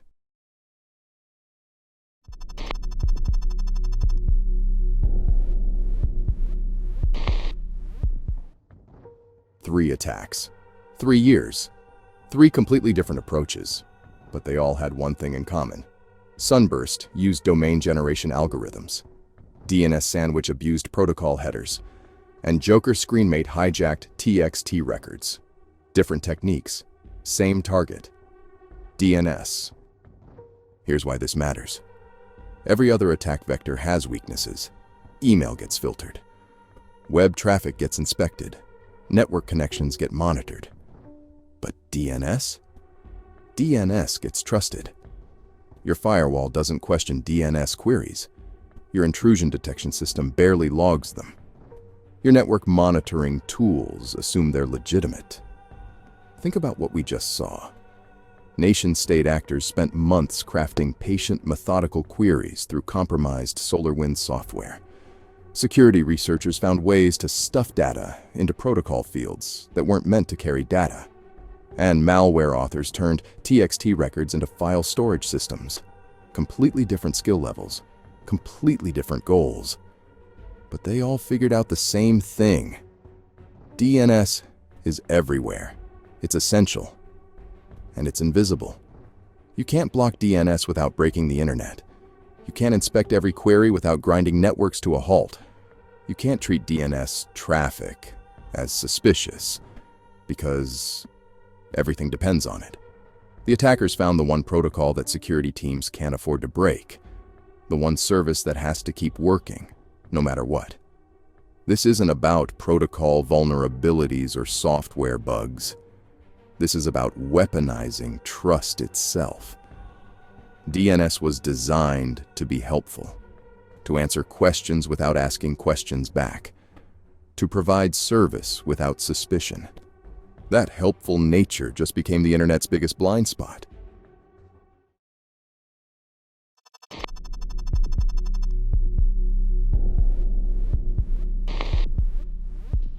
So, how do you catch attacks that look exactly like normal traffic? You need deep packet inspection to spot those manipulated Z bits and Q class fields. Most organizations, honestly, don't have that capability. And here's what makes it worse. Encrypted DNS is spreading fast. DNS over HTTPS. DNS over TLS. They're designed to protect privacy, but they also hide malicious queries from network monitoring tools. Your firewall can't inspect encrypted DNS traffic. Your intrusion detection system can't parse it. Those monitoring blind spots just got bigger. The technical requirements are clear. You need to monitor for non-zero Z values in DNS packet headers. Track Q-class field anomalies beyond standard IN responses. Analyze TXT record retrieval patterns across sequential subdomains. But here's the operational problem. DNS generates massive traffic volumes. Deep inspection creates bottlenecks. False positives shut down legitimate services. Security teams face an impossible choice. Monitor everything and break network performance, or ignore DNS traffic and miss the attacks that matter most. The detection gap isn't getting smaller. It's getting wider.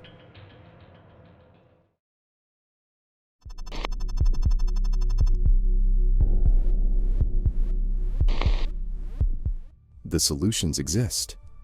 You just need to know where to look. Suricata. 5.x and newer versions can log multiple DNS questions in each packet. That's what catches the DNS sandwich technique that earlier tools missed completely. The Suricata development team built specific detection rules with SIDs 5.555 through 5.569, targeting abnormal DNS packet structures. These rules watch for Z-bit violations and Q-class field manipulation. For TXT record abuse, like Joker, Screenmate, you need pattern analysis across subdomain sequences. The tools exist, but organizations just aren't using them yet. Here's what changes everything. You can't treat DNS security as an optional add-on anymore. DNS translates every domain name to every IP address on the internet. That makes it critical infrastructure. Not a convenience, not a background service. Infrastructure. When attackers weaponize infrastructure, defending it becomes essential. Not because it's trendy, but because everything else depends on it. The techniques we've seen aren't going anywhere. Domain generation algorithms, protocol field abuse, TXT record storage. They work because DNS has to keep working. Your network needs DNS monitoring that actually works. Deep packet inspection for protocol violations. Pattern analysis for subdomain sequences. Detection rules that catch what matters. DNS security isn't about preventing attacks anymore. It's about seeing them when they happen.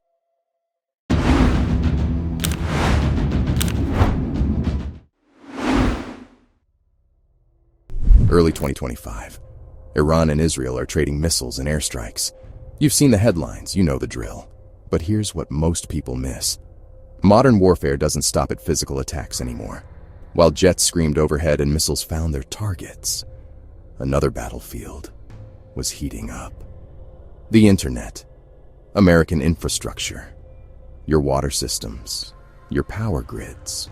There's a group called CyberAv3ngers They're connected to Iran's Islamic Revolutionary Guard Corps, specifically their Cyber Electronic Command. The IRGC, these aren't freelancers working from their mom's basement. We're talking about state-sponsored hackers with government backing and serious resources. From November 2023 to April 2024, they pulled off at least 29 confirmed intrusions, all targeting industrial control systems and operational technology right here in the United States. Water treatment plants, power stations, transportation networks, the stuff that keeps your lights on and your tap running. That's not a theoretical threat. That's your infrastructure in the crosshairs.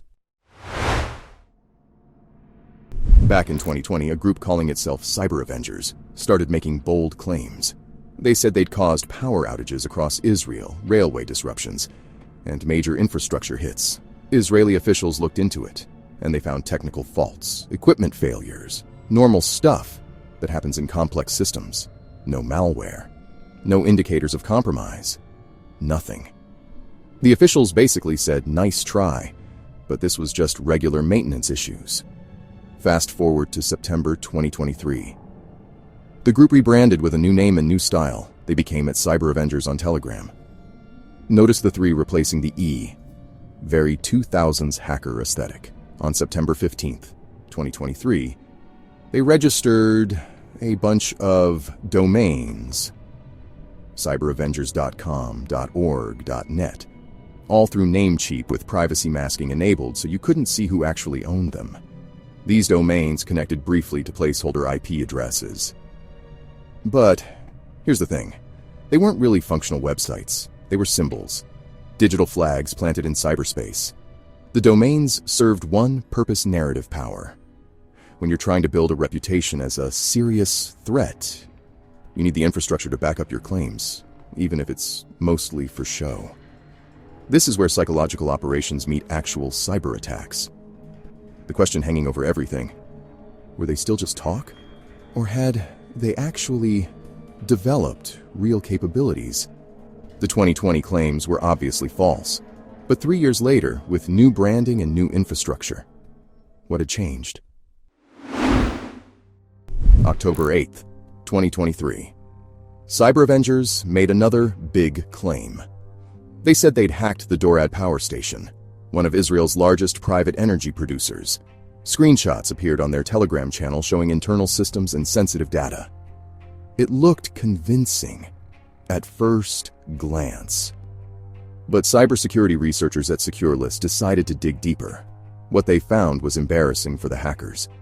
Investigators from SecureList confirmed that the images shared by the group were not the result of a new intrusion, but were recycled from a 2022 data leak by the Iranian APT group Moses staff. They'd recycled old data, stuff that Moses staff had leaked 2 years earlier, and just repackaged it as their own fresh hack.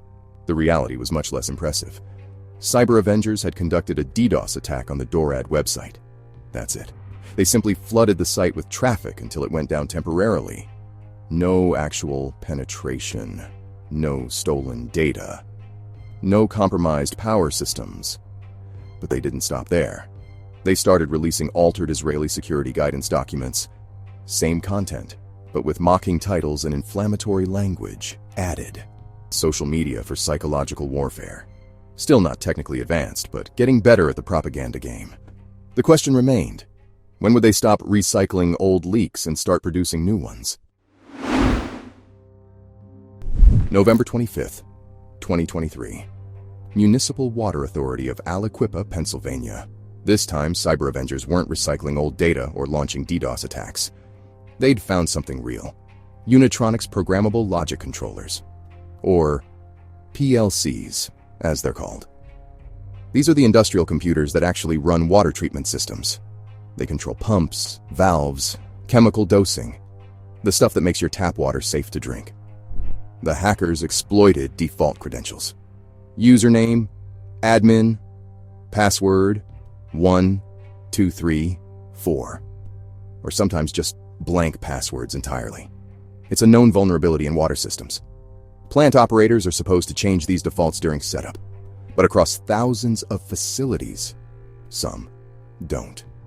When workers arrived at the Aliquippa plant, They found defaced human-machine interfaces, or HMIs. These are the screens that show system status, alarms, and controls. The message was simple. You have been hacked. Down with Israel. HMIs are basically the dashboard for industrial systems. Imagine your car's instrument cluster, but instead of speed and fuel, it shows water pressure, chemical levels, and pump status. If you can access the HMI, you can see what's happening inside the facility. Sometimes you can control it too. But Cyber Avengers didn't stop with water systems. They were also hitting fuel distribution networks, ORPAC, and gasboy terminals, the computers that control fuel dispensing at gas stations. These terminals handle inventory tracking, transaction processing, and pump control. When they go down, gas stations can't sell fuel. Credit cards don't work. The whole operation stops. The attacks were working. Real infrastructure, real disruption, real consequences. No recycled screenshots this time. No fake claims. Just compromised systems displaying their message across American infrastructure. Remember those 29 confirmed intrusions I mentioned? Here's what investigators found when they dug into the technical details. This wasn't just default passwords and defaced screens anymore. Cyber Avengers had developed something much more advanced. At the center of these campaigns was a custom Linux-based malware tool known as IO Control, which enabled persistent access, remote command execution, and stealthy communication via encrypted MQTT channels. IO Control. This was custom-built malware designed specifically for industrial systems. Not some script they downloaded from GitHub. This was professional-grade software engineering. The MQTT channels were the really clever part. MQTT stands for Message Queuing Telemetry Transport. It's a lightweight messaging protocol that's everywhere in industrial systems and IoT devices. Think of it like text messaging for machines. Sensors send data, controllers receive commands, all through MQTT traffic. Here's why that matters. MQTT traffic looks completely normal in industrial networks. It's supposed to be there. By using encrypted MQTT channels, IO Control could blend in with legitimate communications. Your security team sees normal-looking industrial traffic. They don't see the malware commands riding alongside the legitimate data. The target list was extensive. We're talking about routers that connect facilities to the internet, IP cameras monitoring critical areas, firewalls protecting network perimeters, and human-machine interfaces controlling industrial processes. Water systems, energy infrastructure, transportation networks, all running the same vulnerable industrial protocols. What started as recycled screenshots and fake claims had evolved into a coordinated campaign, targeting the backbone of American infrastructure. The group had made the leap from amateur propaganda to professional state-sponsored operations. IO Control proved they now had the technical capability to match their political ambitions. This was no longer about defacing water plant screens. They could maintain persistent access across dozens of facilities simultaneously. The US government wasn't going to let those infrastructure attacks slide. Treasury and Department of Justice launched their own investigation into Cyber Avengers. They didn't just confirm the Iran connection. They named names. The official attribution pointed directly to Iran's Islamic Revolutionary Guard Corps, their cyber electronic command. The same IRGC-CEC unit I mentioned earlier. But here's where it gets personal. Investigators identified Mahdi Lashkarian as the suspected architect behind IO Control. The guy who likely built the malware that compromised those water systems and fuel terminals. The US government sanctioned him, froze his assets, banned American companies from doing business with him. It wasn't just Lashkarian. Treasury and Department of Justice sanctioned 6 operatives total in 2024, and early 2025, the entire command structure got exposed. A February 15th, 2024 report made it official. Cyber Avengers was directly linked to the IRGC cyber unit. The report detailed the attacks on US water systems, connecting the technical evidence to specific military personnel. This wasn't speculation anymore. You had government agencies putting their credibility behind the attribution.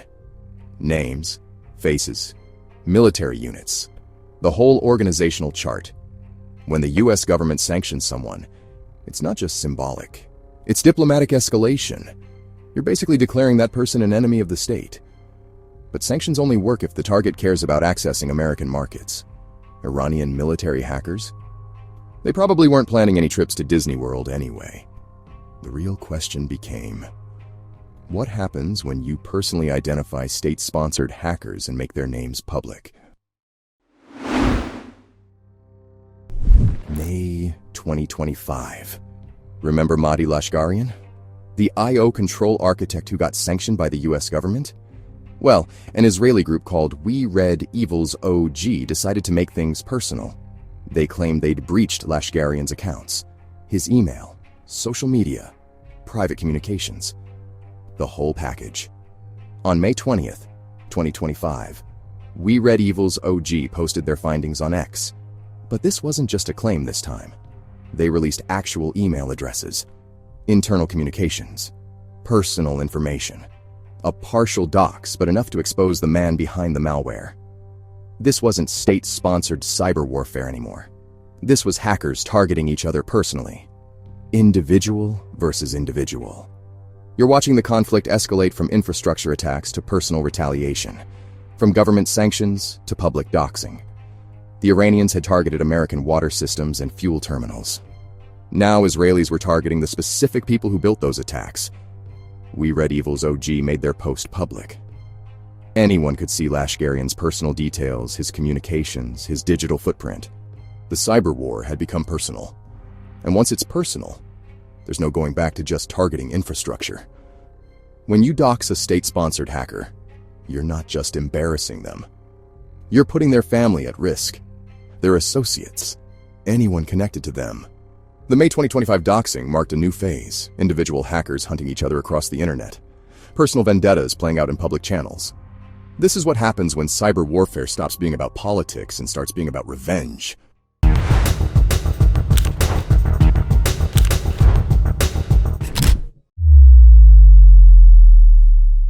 April 2022.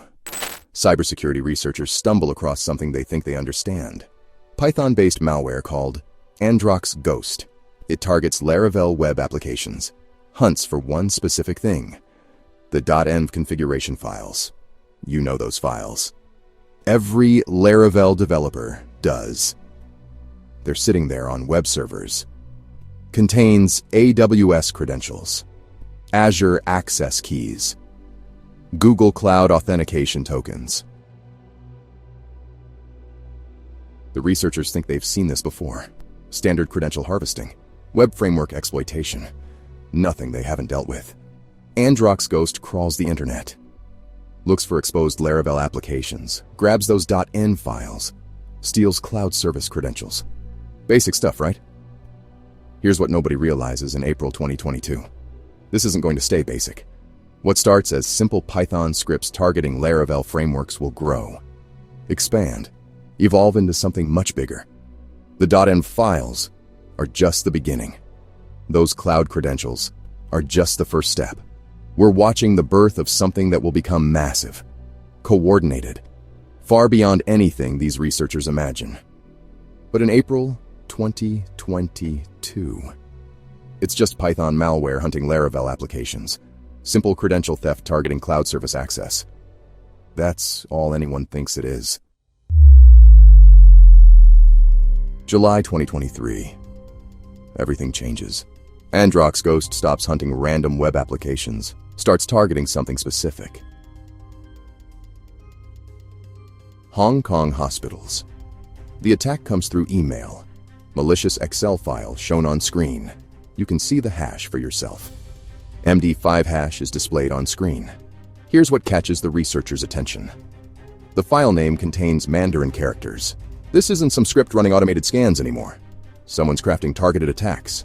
Someone who speaks Chinese. Healthcare infrastructure becomes the focus, not random Laravel applications sitting on the internet. Specific hospital systems in Hong Kong. The operational patterns shift completely. We're seeing organized targeting now, strategic selection of victims. But there's more happening behind the scenes. The researchers start tracking infrastructure. The domain shown here keeps rotating across different IP addresses, but it's always on the same subnet. Yep, always the same subnet. This rotation's been running since July 2023, with multiple IP addresses involved.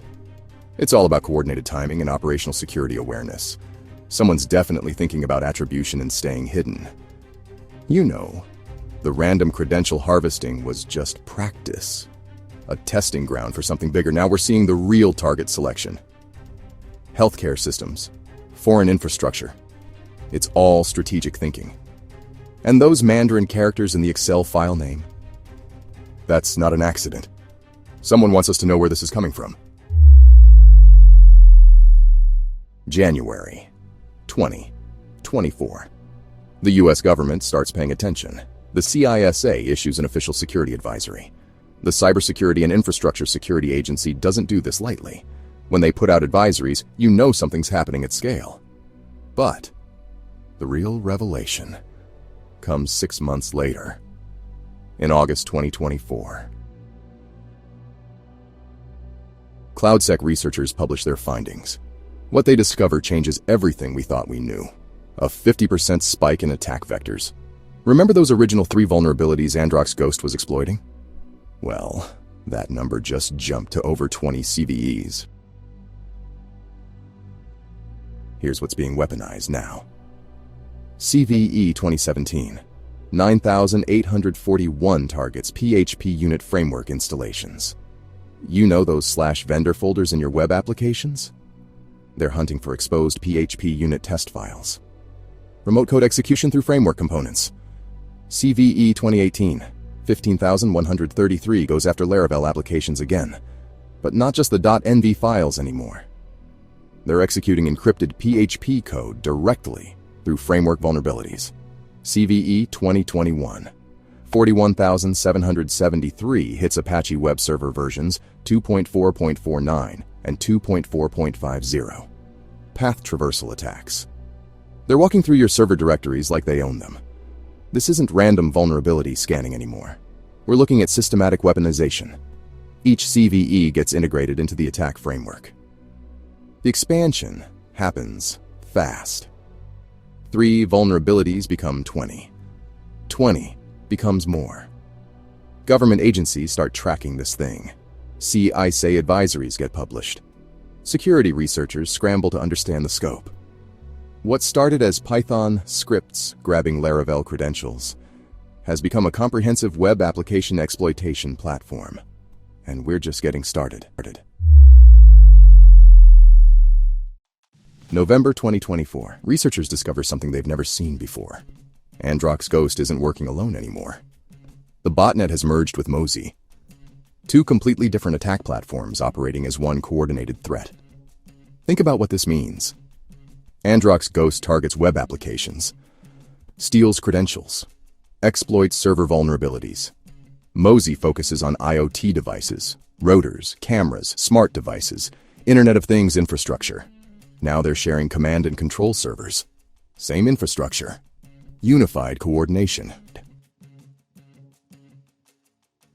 Here's how the integration works. Androxgh0st compromises a web server through those Laravel applications we talked about. Gets access to the infrastructure. Then it deploys Mozy payloads. Turns that compromised web server into a launching platform for IoT attacks.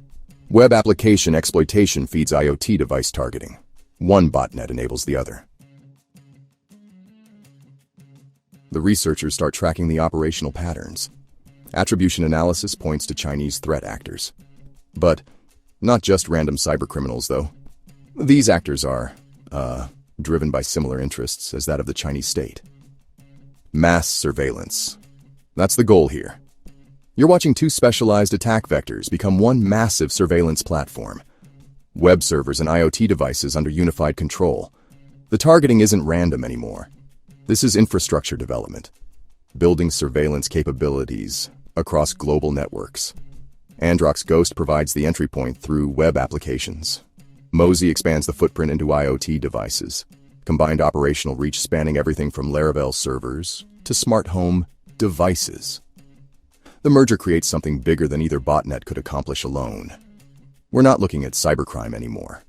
We're looking at state-aligned mass surveillance infrastructure. November 2024 marks the moment when two separate threats become one coordinated operation. June 2025. The researchers make a discovery that, honestly, changes everything. University of California, San Diego gets compromised. Not the main university network, though. A subdomain called USA Rhythms. Portal for the USA Basketball Men's Under-19 National Team. These are the players selected for the 2025 FIBA Under-19 Basketball World Cup. American sports infrastructure. Prestigious university systems. High-profile, international competition. But here's what, breaks the case wide open. The attack signatures match previous Androxgh0st operations. Same techniques, same web shell deployment patterns, same infrastructure fingerprints. Researchers start digging into attribution. They find something nobody expected. A CTF team called PONET. Capture the flag competitions. You know these events, right? Competitive hacking. Students trying to break into systems faster than other students. The team leader goes by Chen Sem. Investigation traces this handle back to Guangdong University of Foreign Studies, the GDUFS. Real Chinese university.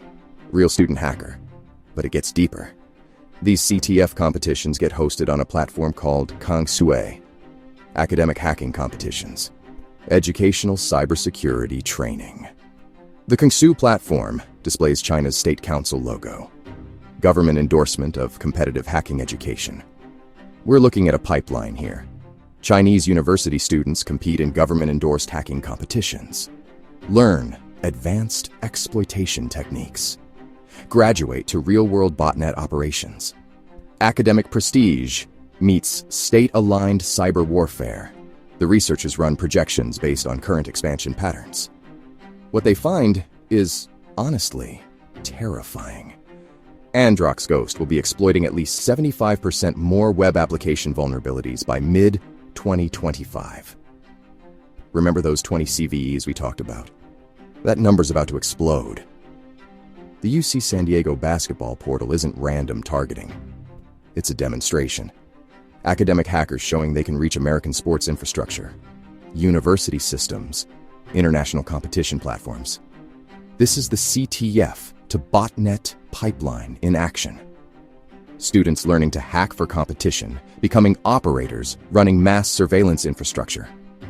June 2025 marks the moment when academic competitive hacking becomes real-world state-aligned threat operations. The researchers start analyzing the web shell collection. What they find shows years of careful development. 3 primary tools, each one designed for different scenarios. The first file shown on screen uses hex-to-bin encoding combined with eval payload suppression. Takes hexadecimal strings, converts them to binary, executes the result, all while hiding the actual payload from basic security scans. The second file displayed here employs ROT13 obfuscation. Simple but effective. The code contains the function shown here, which rotates to eval when executed. Basic text rotation hiding malicious function calls. Then there's the third file. File upload backdoor. Lets attackers upload additional tools directly to compromised servers. But here's where it connects back to those academic hackers we talked about. PHP-CGI exploitation through CVE 2024 4577 carries unique signatures. Every web request gets appended with PONET identifiers. Those same identifiers from the CTF competitions, now embedded in real-world attack infrastructure. The CSRF token manipulation goes deeper than basic web application attacks. They're weaponizing XSRF token cookies for encrypted payload delivery, taking legitimate web security mechanisms and turning them into attack vectors. The AWS credential automation reveals the real scope. Once they grab those credentials from compromised Laravel applications, the system works automatically, creates new AWS users, assigns administrative privileges, deletes the original access keys to cover tracks, deploys new infrastructure without human intervention. Base 64 encoding gets layered with complex encryption algorithms. Multiple obfuscation techniques stacked on top of each other. These aren't simple web shells anymore. We're looking at a comprehensive toolkit with the identifiers shown here marking persistent backdoors across infected systems. The technical sophistication spans everything from basic ROT13 text rotation to automated cloud infrastructure deployment. Years of development. Academic competition techniques evolved into operational malware frameworks. Right now, as you're watching this, over 500 devices are infected. The count increases by the day. Active botnet operations running across 3 primary regions: China, India, Albania. These aren't theoretical projections anymore. We're tracking confirmed infections across those geographic zones. Active command and control communications. Real-time botnet coordination. The mass surveillance infrastructure we talked about. It's operational. Web developers managing Laravel applications face this threat daily. Every .env file exposed to the internet becomes a potential entry point. IT professionals securing Apache servers deal with active scanning. Those CVE exploits get tested against infrastructure continuously. Critical infrastructure operators watch their networks for signs of compromise. Hospital systems, university portals, sports infrastructure. The CTF to botnet pipeline keeps producing new operators. Academic hackers transitioning to real-world threat activities. Those web shells with the signatures I just showed you, they're deployed on servers right now. Persistent backdoors maintaining access across infected systems. The Androxgh0st MOSI coordination continues expanding. Web application exploitation feeding IoT device targeting. Unified botnet operations under state-aligned direction. 500 infected devices. Growing daily, spanning 3 continents. This is what 4 years of evolution looks like. From simple Python scripts targeting Laravel applications to coordinated mass surveillance infrastructure. The threat's not coming. It's here.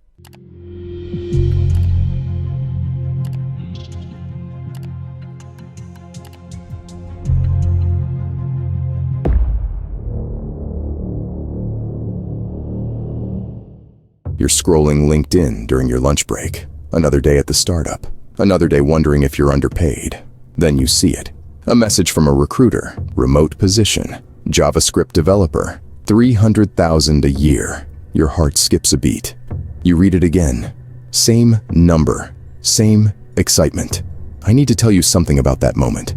That split second you get excited is exactly what they're hoping for.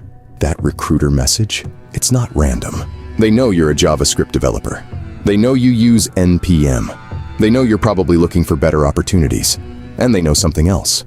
The packages you install. The code you run. It's all about to become a weapon.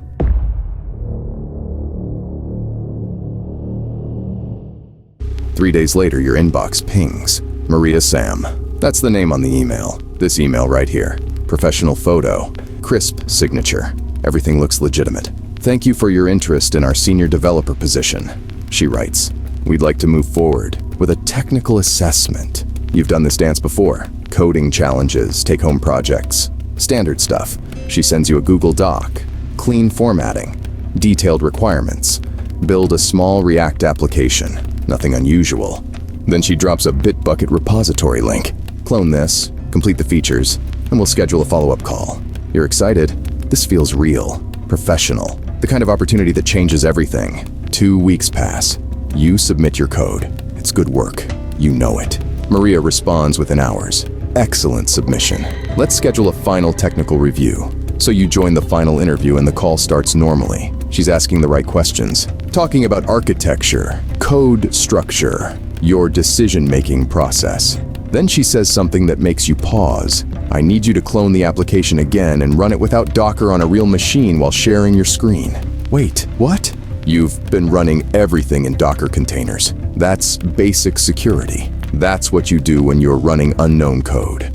Isolation, protection, standard practice. But she's insistent. Our review process requires seeing the application running natively. Docker can mask the performance of the app. It sounds reasonable, almost reasonable, but there's pressure in her voice now. Urgency. This is the final step. After this, we can discuss your start date. $300,000. Remote work. Financial freedom is all on the line. Your cursor hovers over the Docker command you always use. The safe command. The smart command. Then you think about your student loans. Your rent. The opportunity slipping away. You bypass the container. You run their code directly on your machine. And at that exact moment, your machine is infected with malware.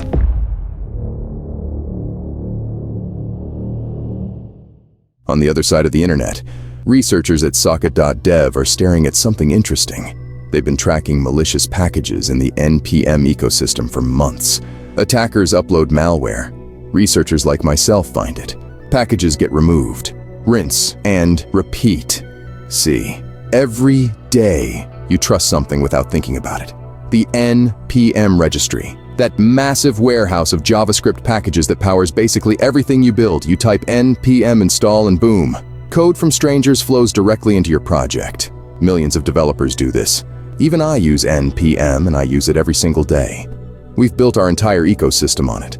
But you know, something changed in April. Before April, these packages were, well, kind of sloppy. There was just direct malware embedding, and it was honestly easy to spot. Static analysis tools would flag them immediately. But then, the attackers evolved. Look at this, one researcher says, pulling up a package called server log dispatch. Instead of obvious malicious code, there's something else. Hex-encoded strings. Lots of them. Here's what they found. I'm showing the code structure to you on the screen here. It's all hex encoding. Basically converting readable code into hexadecimal format, making it invisible to static analysis. You see, most security tools scan for malicious patterns in readable code.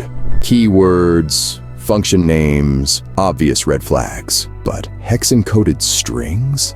They just look like random data. The researchers decode the hex manually, character by character. And what they find makes them sick to their stomach. It's a loader, a sophisticated one. They're calling it hex eval. Hex eval doesn't contain the actual malware, it just fetches it. That's why it's called a loader. It fetches it dynamically from remote servers, after the package is already installed, after it's already running on your machine. The old approach was like hiding a bomb in plain sight. This new approach? It's like hiding assembly instructions. The bomb gets built later, somewhere hidden, when no one's watching.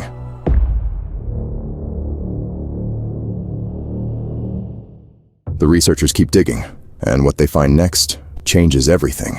This isn't just one package. It's not even just a handful. It's 35 malicious packages, spread across 24 different accounts. Each package is carefully crafted, each name designed to fool you. React Plaid SDK. Sounds legitimate. Plaid is a real financial API company. Developers use it all the time. Vite plugin Next Refresh. Vite and Next.js are popular development tools. This package name feels right at home. That's typo squatting. Creating packages with names that mimic trusted ones, close enough to slip past tired eyes during late-night coding sessions. The download numbers are honestly disgusting. 4,000 downloads already. But here's where it gets worse. Remember that hex eval loader the researchers found? It's just step one. Hex eval downloads Beavertail. Beavertail downloads Invisible Ferret. Each stage is more dangerous than the last. Multi-stage malware deployment. So, why use multiple stages? To avoid detection. Each component has a specific job. Hex eval gets initial access. Beavertail steals your data. Invisible Ferret maintains persistent control. This is like super sophisticated, organized, and professional level hacking. The researchers are staring at something much bigger than just a few poison packages.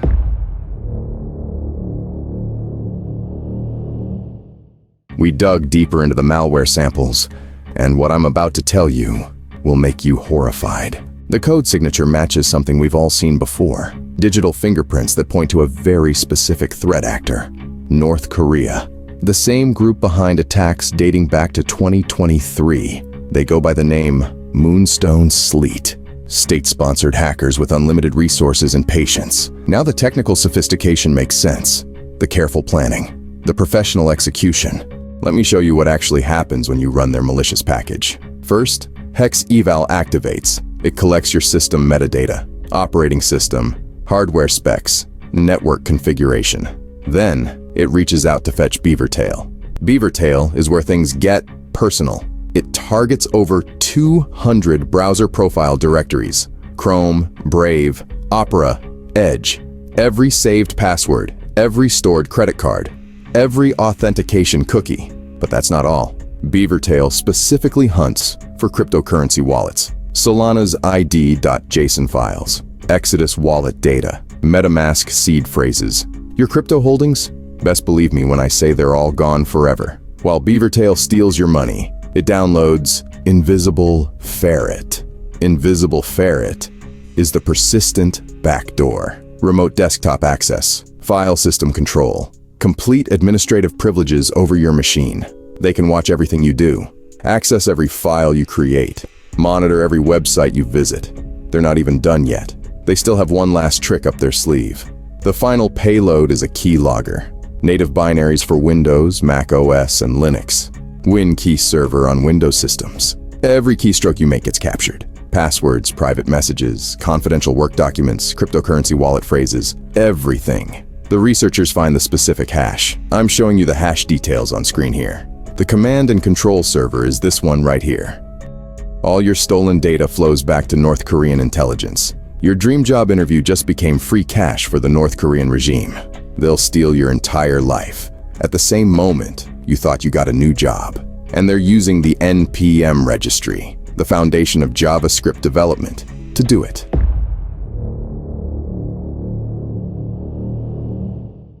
You'd think exposing this operation would shut it down. You'd be wrong. As of June 25th, 2025, while I write this, 6 packages are still live on the NPM registry. They're still infecting developers. Invisible Ferret doesn't just disappear when you delete the original package. That's the point of a persistent backdoor. It embeds itself deep in your system. Registry entries on Windows, launch agents on Mac OS, system services on Linux. Reboot your machine. Invisible Ferret starts up automatically. Run antivirus? It's designed to evade detection. Even if you realize you've been compromised, removing it requires forensic-level expertise. And the worst part, most victims won't even know they're infected. Not all developers stay up to date with cybersecurity news. React Played SDK becomes React Played SKD. Vite plugin. Next refresh becomes Vite plugin next JS refresh. 1 character difference. That's all it takes. The download counters keep climbing. The North Koreans are playing a long game. They're not looking for quick wins. They're building an infrastructure of compromised systems.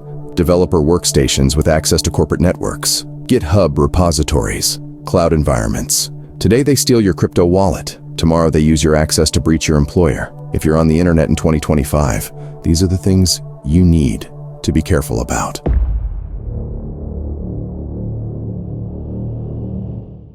Here's what you do about it. First, install Socket's GitHub app on your repositories. It scans every package you add before it hits your codebase. Run Socket CLI before you deploy. It catches malicious packages that slip through manual review. When someone reaches out about a job, verify them through official channels. Call the company directly. Check their LinkedIn against the corporate directory. If they're pushing you to bypass a secure environment like Docker, that's a red flag. No legitimate company needs you to run untrusted code directly on your machine during an interview. The hex-encoded payloads I showed you. I'm displaying the code structure on screen here. They can't escape the container. You'll reduce the risk. They compromise your actual machine. Check your package names twice before you install. React Played SDK versus React Played SKD. 1 missing letter costs you everything. Enable 2-factor authentication on your cryptocurrency wallets. The North Koreans are specifically targeting those files. Monitor your system processes. Invisible Ferret shows up in task managers if you know what to look for.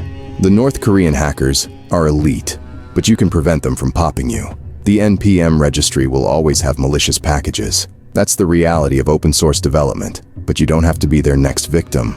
The tools exist. The knowledge exists. Use them.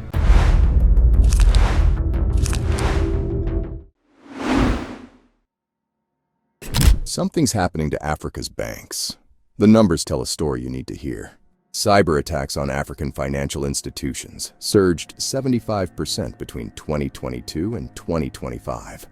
We're talking about $12 billion in estimated losses across the continent. That's not just money disappearing. That's entire economic systems under attack. The weekly cyber attacks on African businesses jumped 23% in 2023 alone.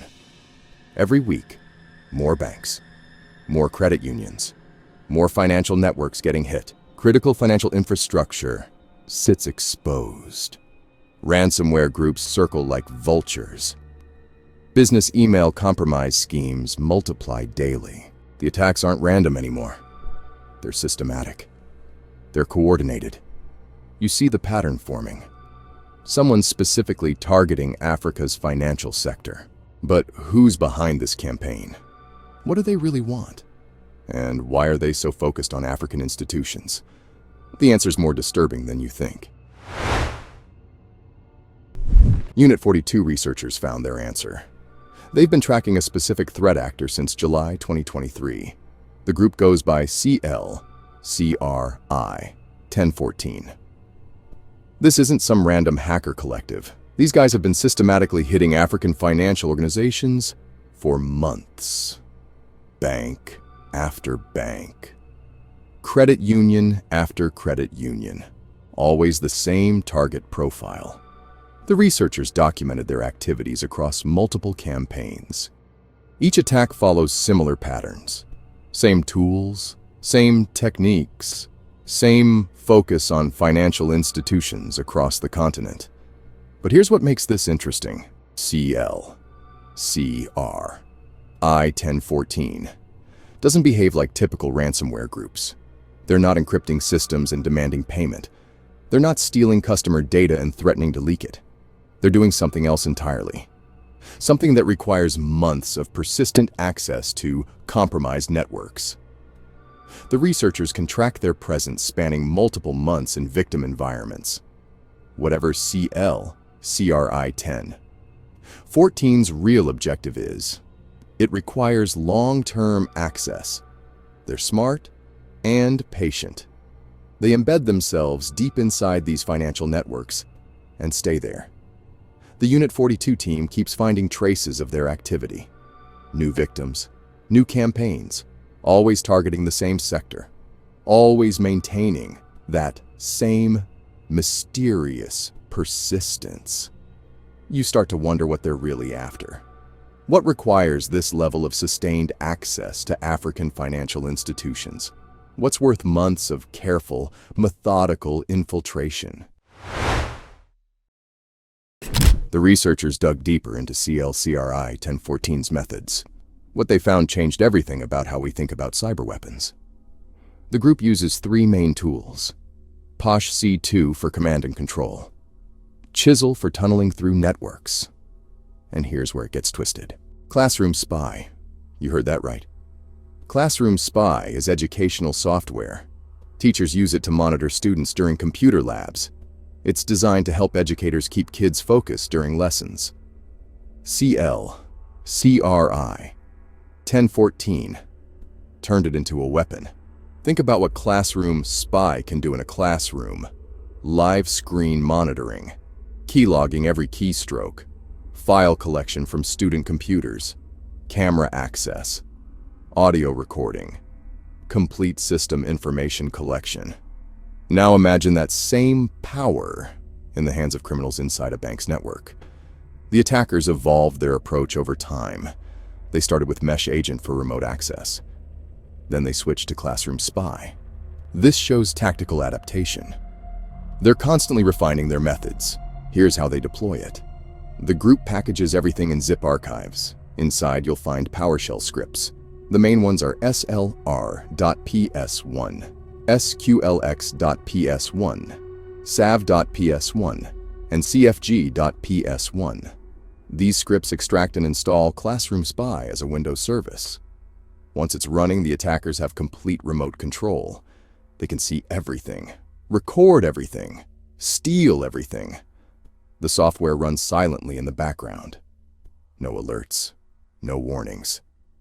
Just quiet surveillance of every action inside the compromised network. A tool designed to help teachers became a weapon to rob banks. The irony cuts deep. Educational technology repurposed for extensive remote control and monitoring. The attackers found a way to hide in plain sight.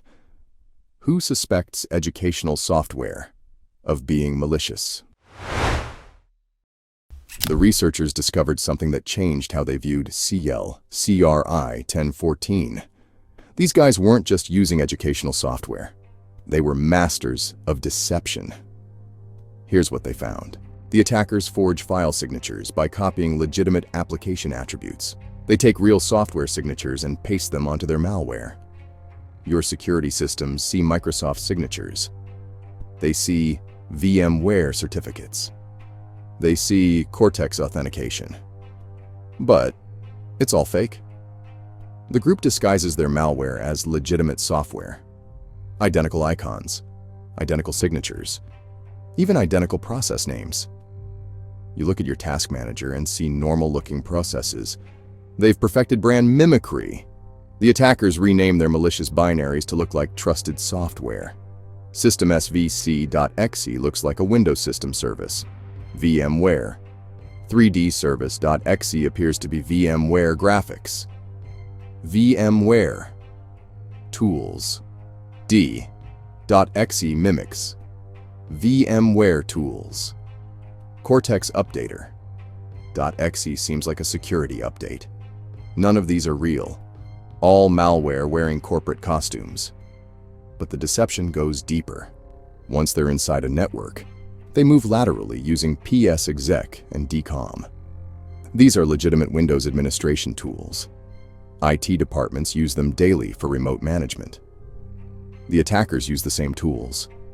They spread to additional machines within networks. Each new infection looks like normal system administration. They've built multiple persistence mechanisms, creating Windows services that start automatically, saving shortcuts in the startup folder, using scheduled tasks that trigger at boot time. The technical complexity runs even deeper. Their POSH-C2 implants come packed with NIM-based packers. These implants execute only on Active Directory domain-joined machines. This is anti-analysis protection. Researchers can't run the malware in isolated test environments. You need an actual corporate network, with Active Directory, with domain controllers. Only then will the malware activate. The attackers built their tools to hide inside legitimate business environments. They become invisible by becoming normal. The researchers finally understood what CRI-1014 was really doing. All those months of persistent access, all that careful infiltration, all those advanced evasion techniques. They weren't the end game. They were the beginning. CRI-1014 operates as initial access brokers. Basically, they break into networks and then, sell that access to other criminals on the dark web. You can think of them as digital locksmiths who pick the locks and then just sell the keys. Here's the unit. 42. Assessment. The threat actor's goal appears to be establishing footholds in compromised networks for sale on darknet markets. This really changes everything. Every bank they compromise becomes a product listing. Every financial network they infiltrated basically turns into inventory for sale. The classroom spy installations, the persistence mechanisms, and those months of careful access maintenance, all of it is designed to create valuable commodities for other criminals. The dark web marketplace? Well, it operates like any other business. Buyers just browse listings for network access. African bank network access, credit union remote access, financial institution backdoors. Each listing comes with details about the target's value and the level of access being sold. Other criminal groups buy this access and then launch their own attacks, ransomware deployments, data theft operations, cryptocurrency mining, wire fraud schemes. The possibilities, honestly, just multiply exponentially. One initial compromise becomes dozens of separate criminal operations. So, CRI-1014 doesn't even need to execute the final attacks themselves. They just need to maintain the access and sell it to whoever wants to buy. The criminal ecosystem really amplifies every breach. A single compromised African bank doesn't just face one threat actor. It faces every criminal group that purchases access to that network.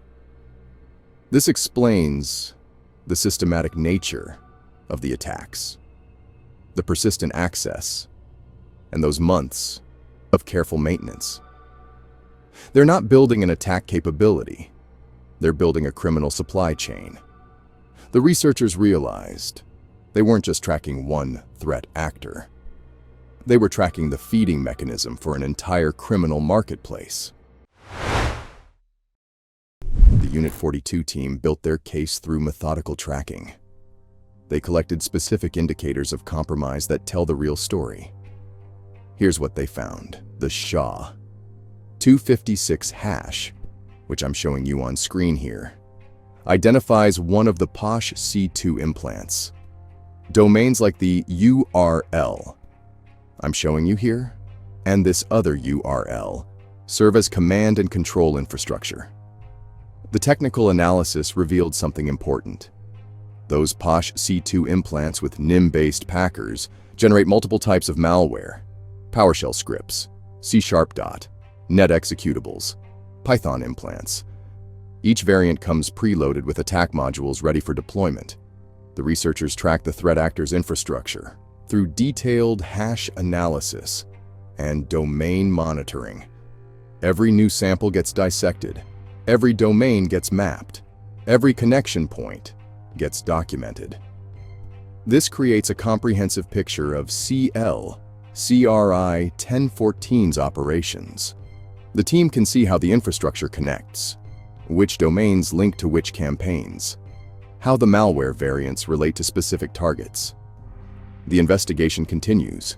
New indicators emerge regularly. New domains appear. New malware samples surface. The researchers document each discovery and update their tracking systems. The documented evidence shows an ongoing battle. Attackers adapt their infrastructure. Defenders update their detection rules. New compromises get discovered. New countermeasures get deployed.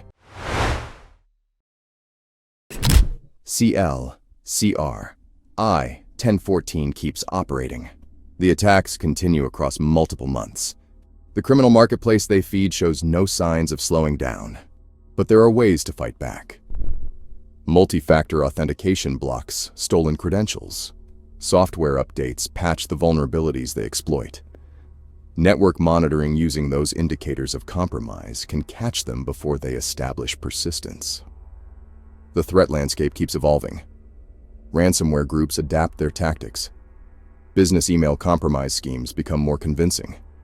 New initial access brokers emerge to feed the criminal ecosystem. This isn't just about one threat actor. CRI-1014 represents something bigger. They're part of a criminal infrastructure that targets Africa's financial stability. Every bank they compromise feeds dozens of other attacks. The financial institutions of Africa remain in the crosshairs. The shadow persists.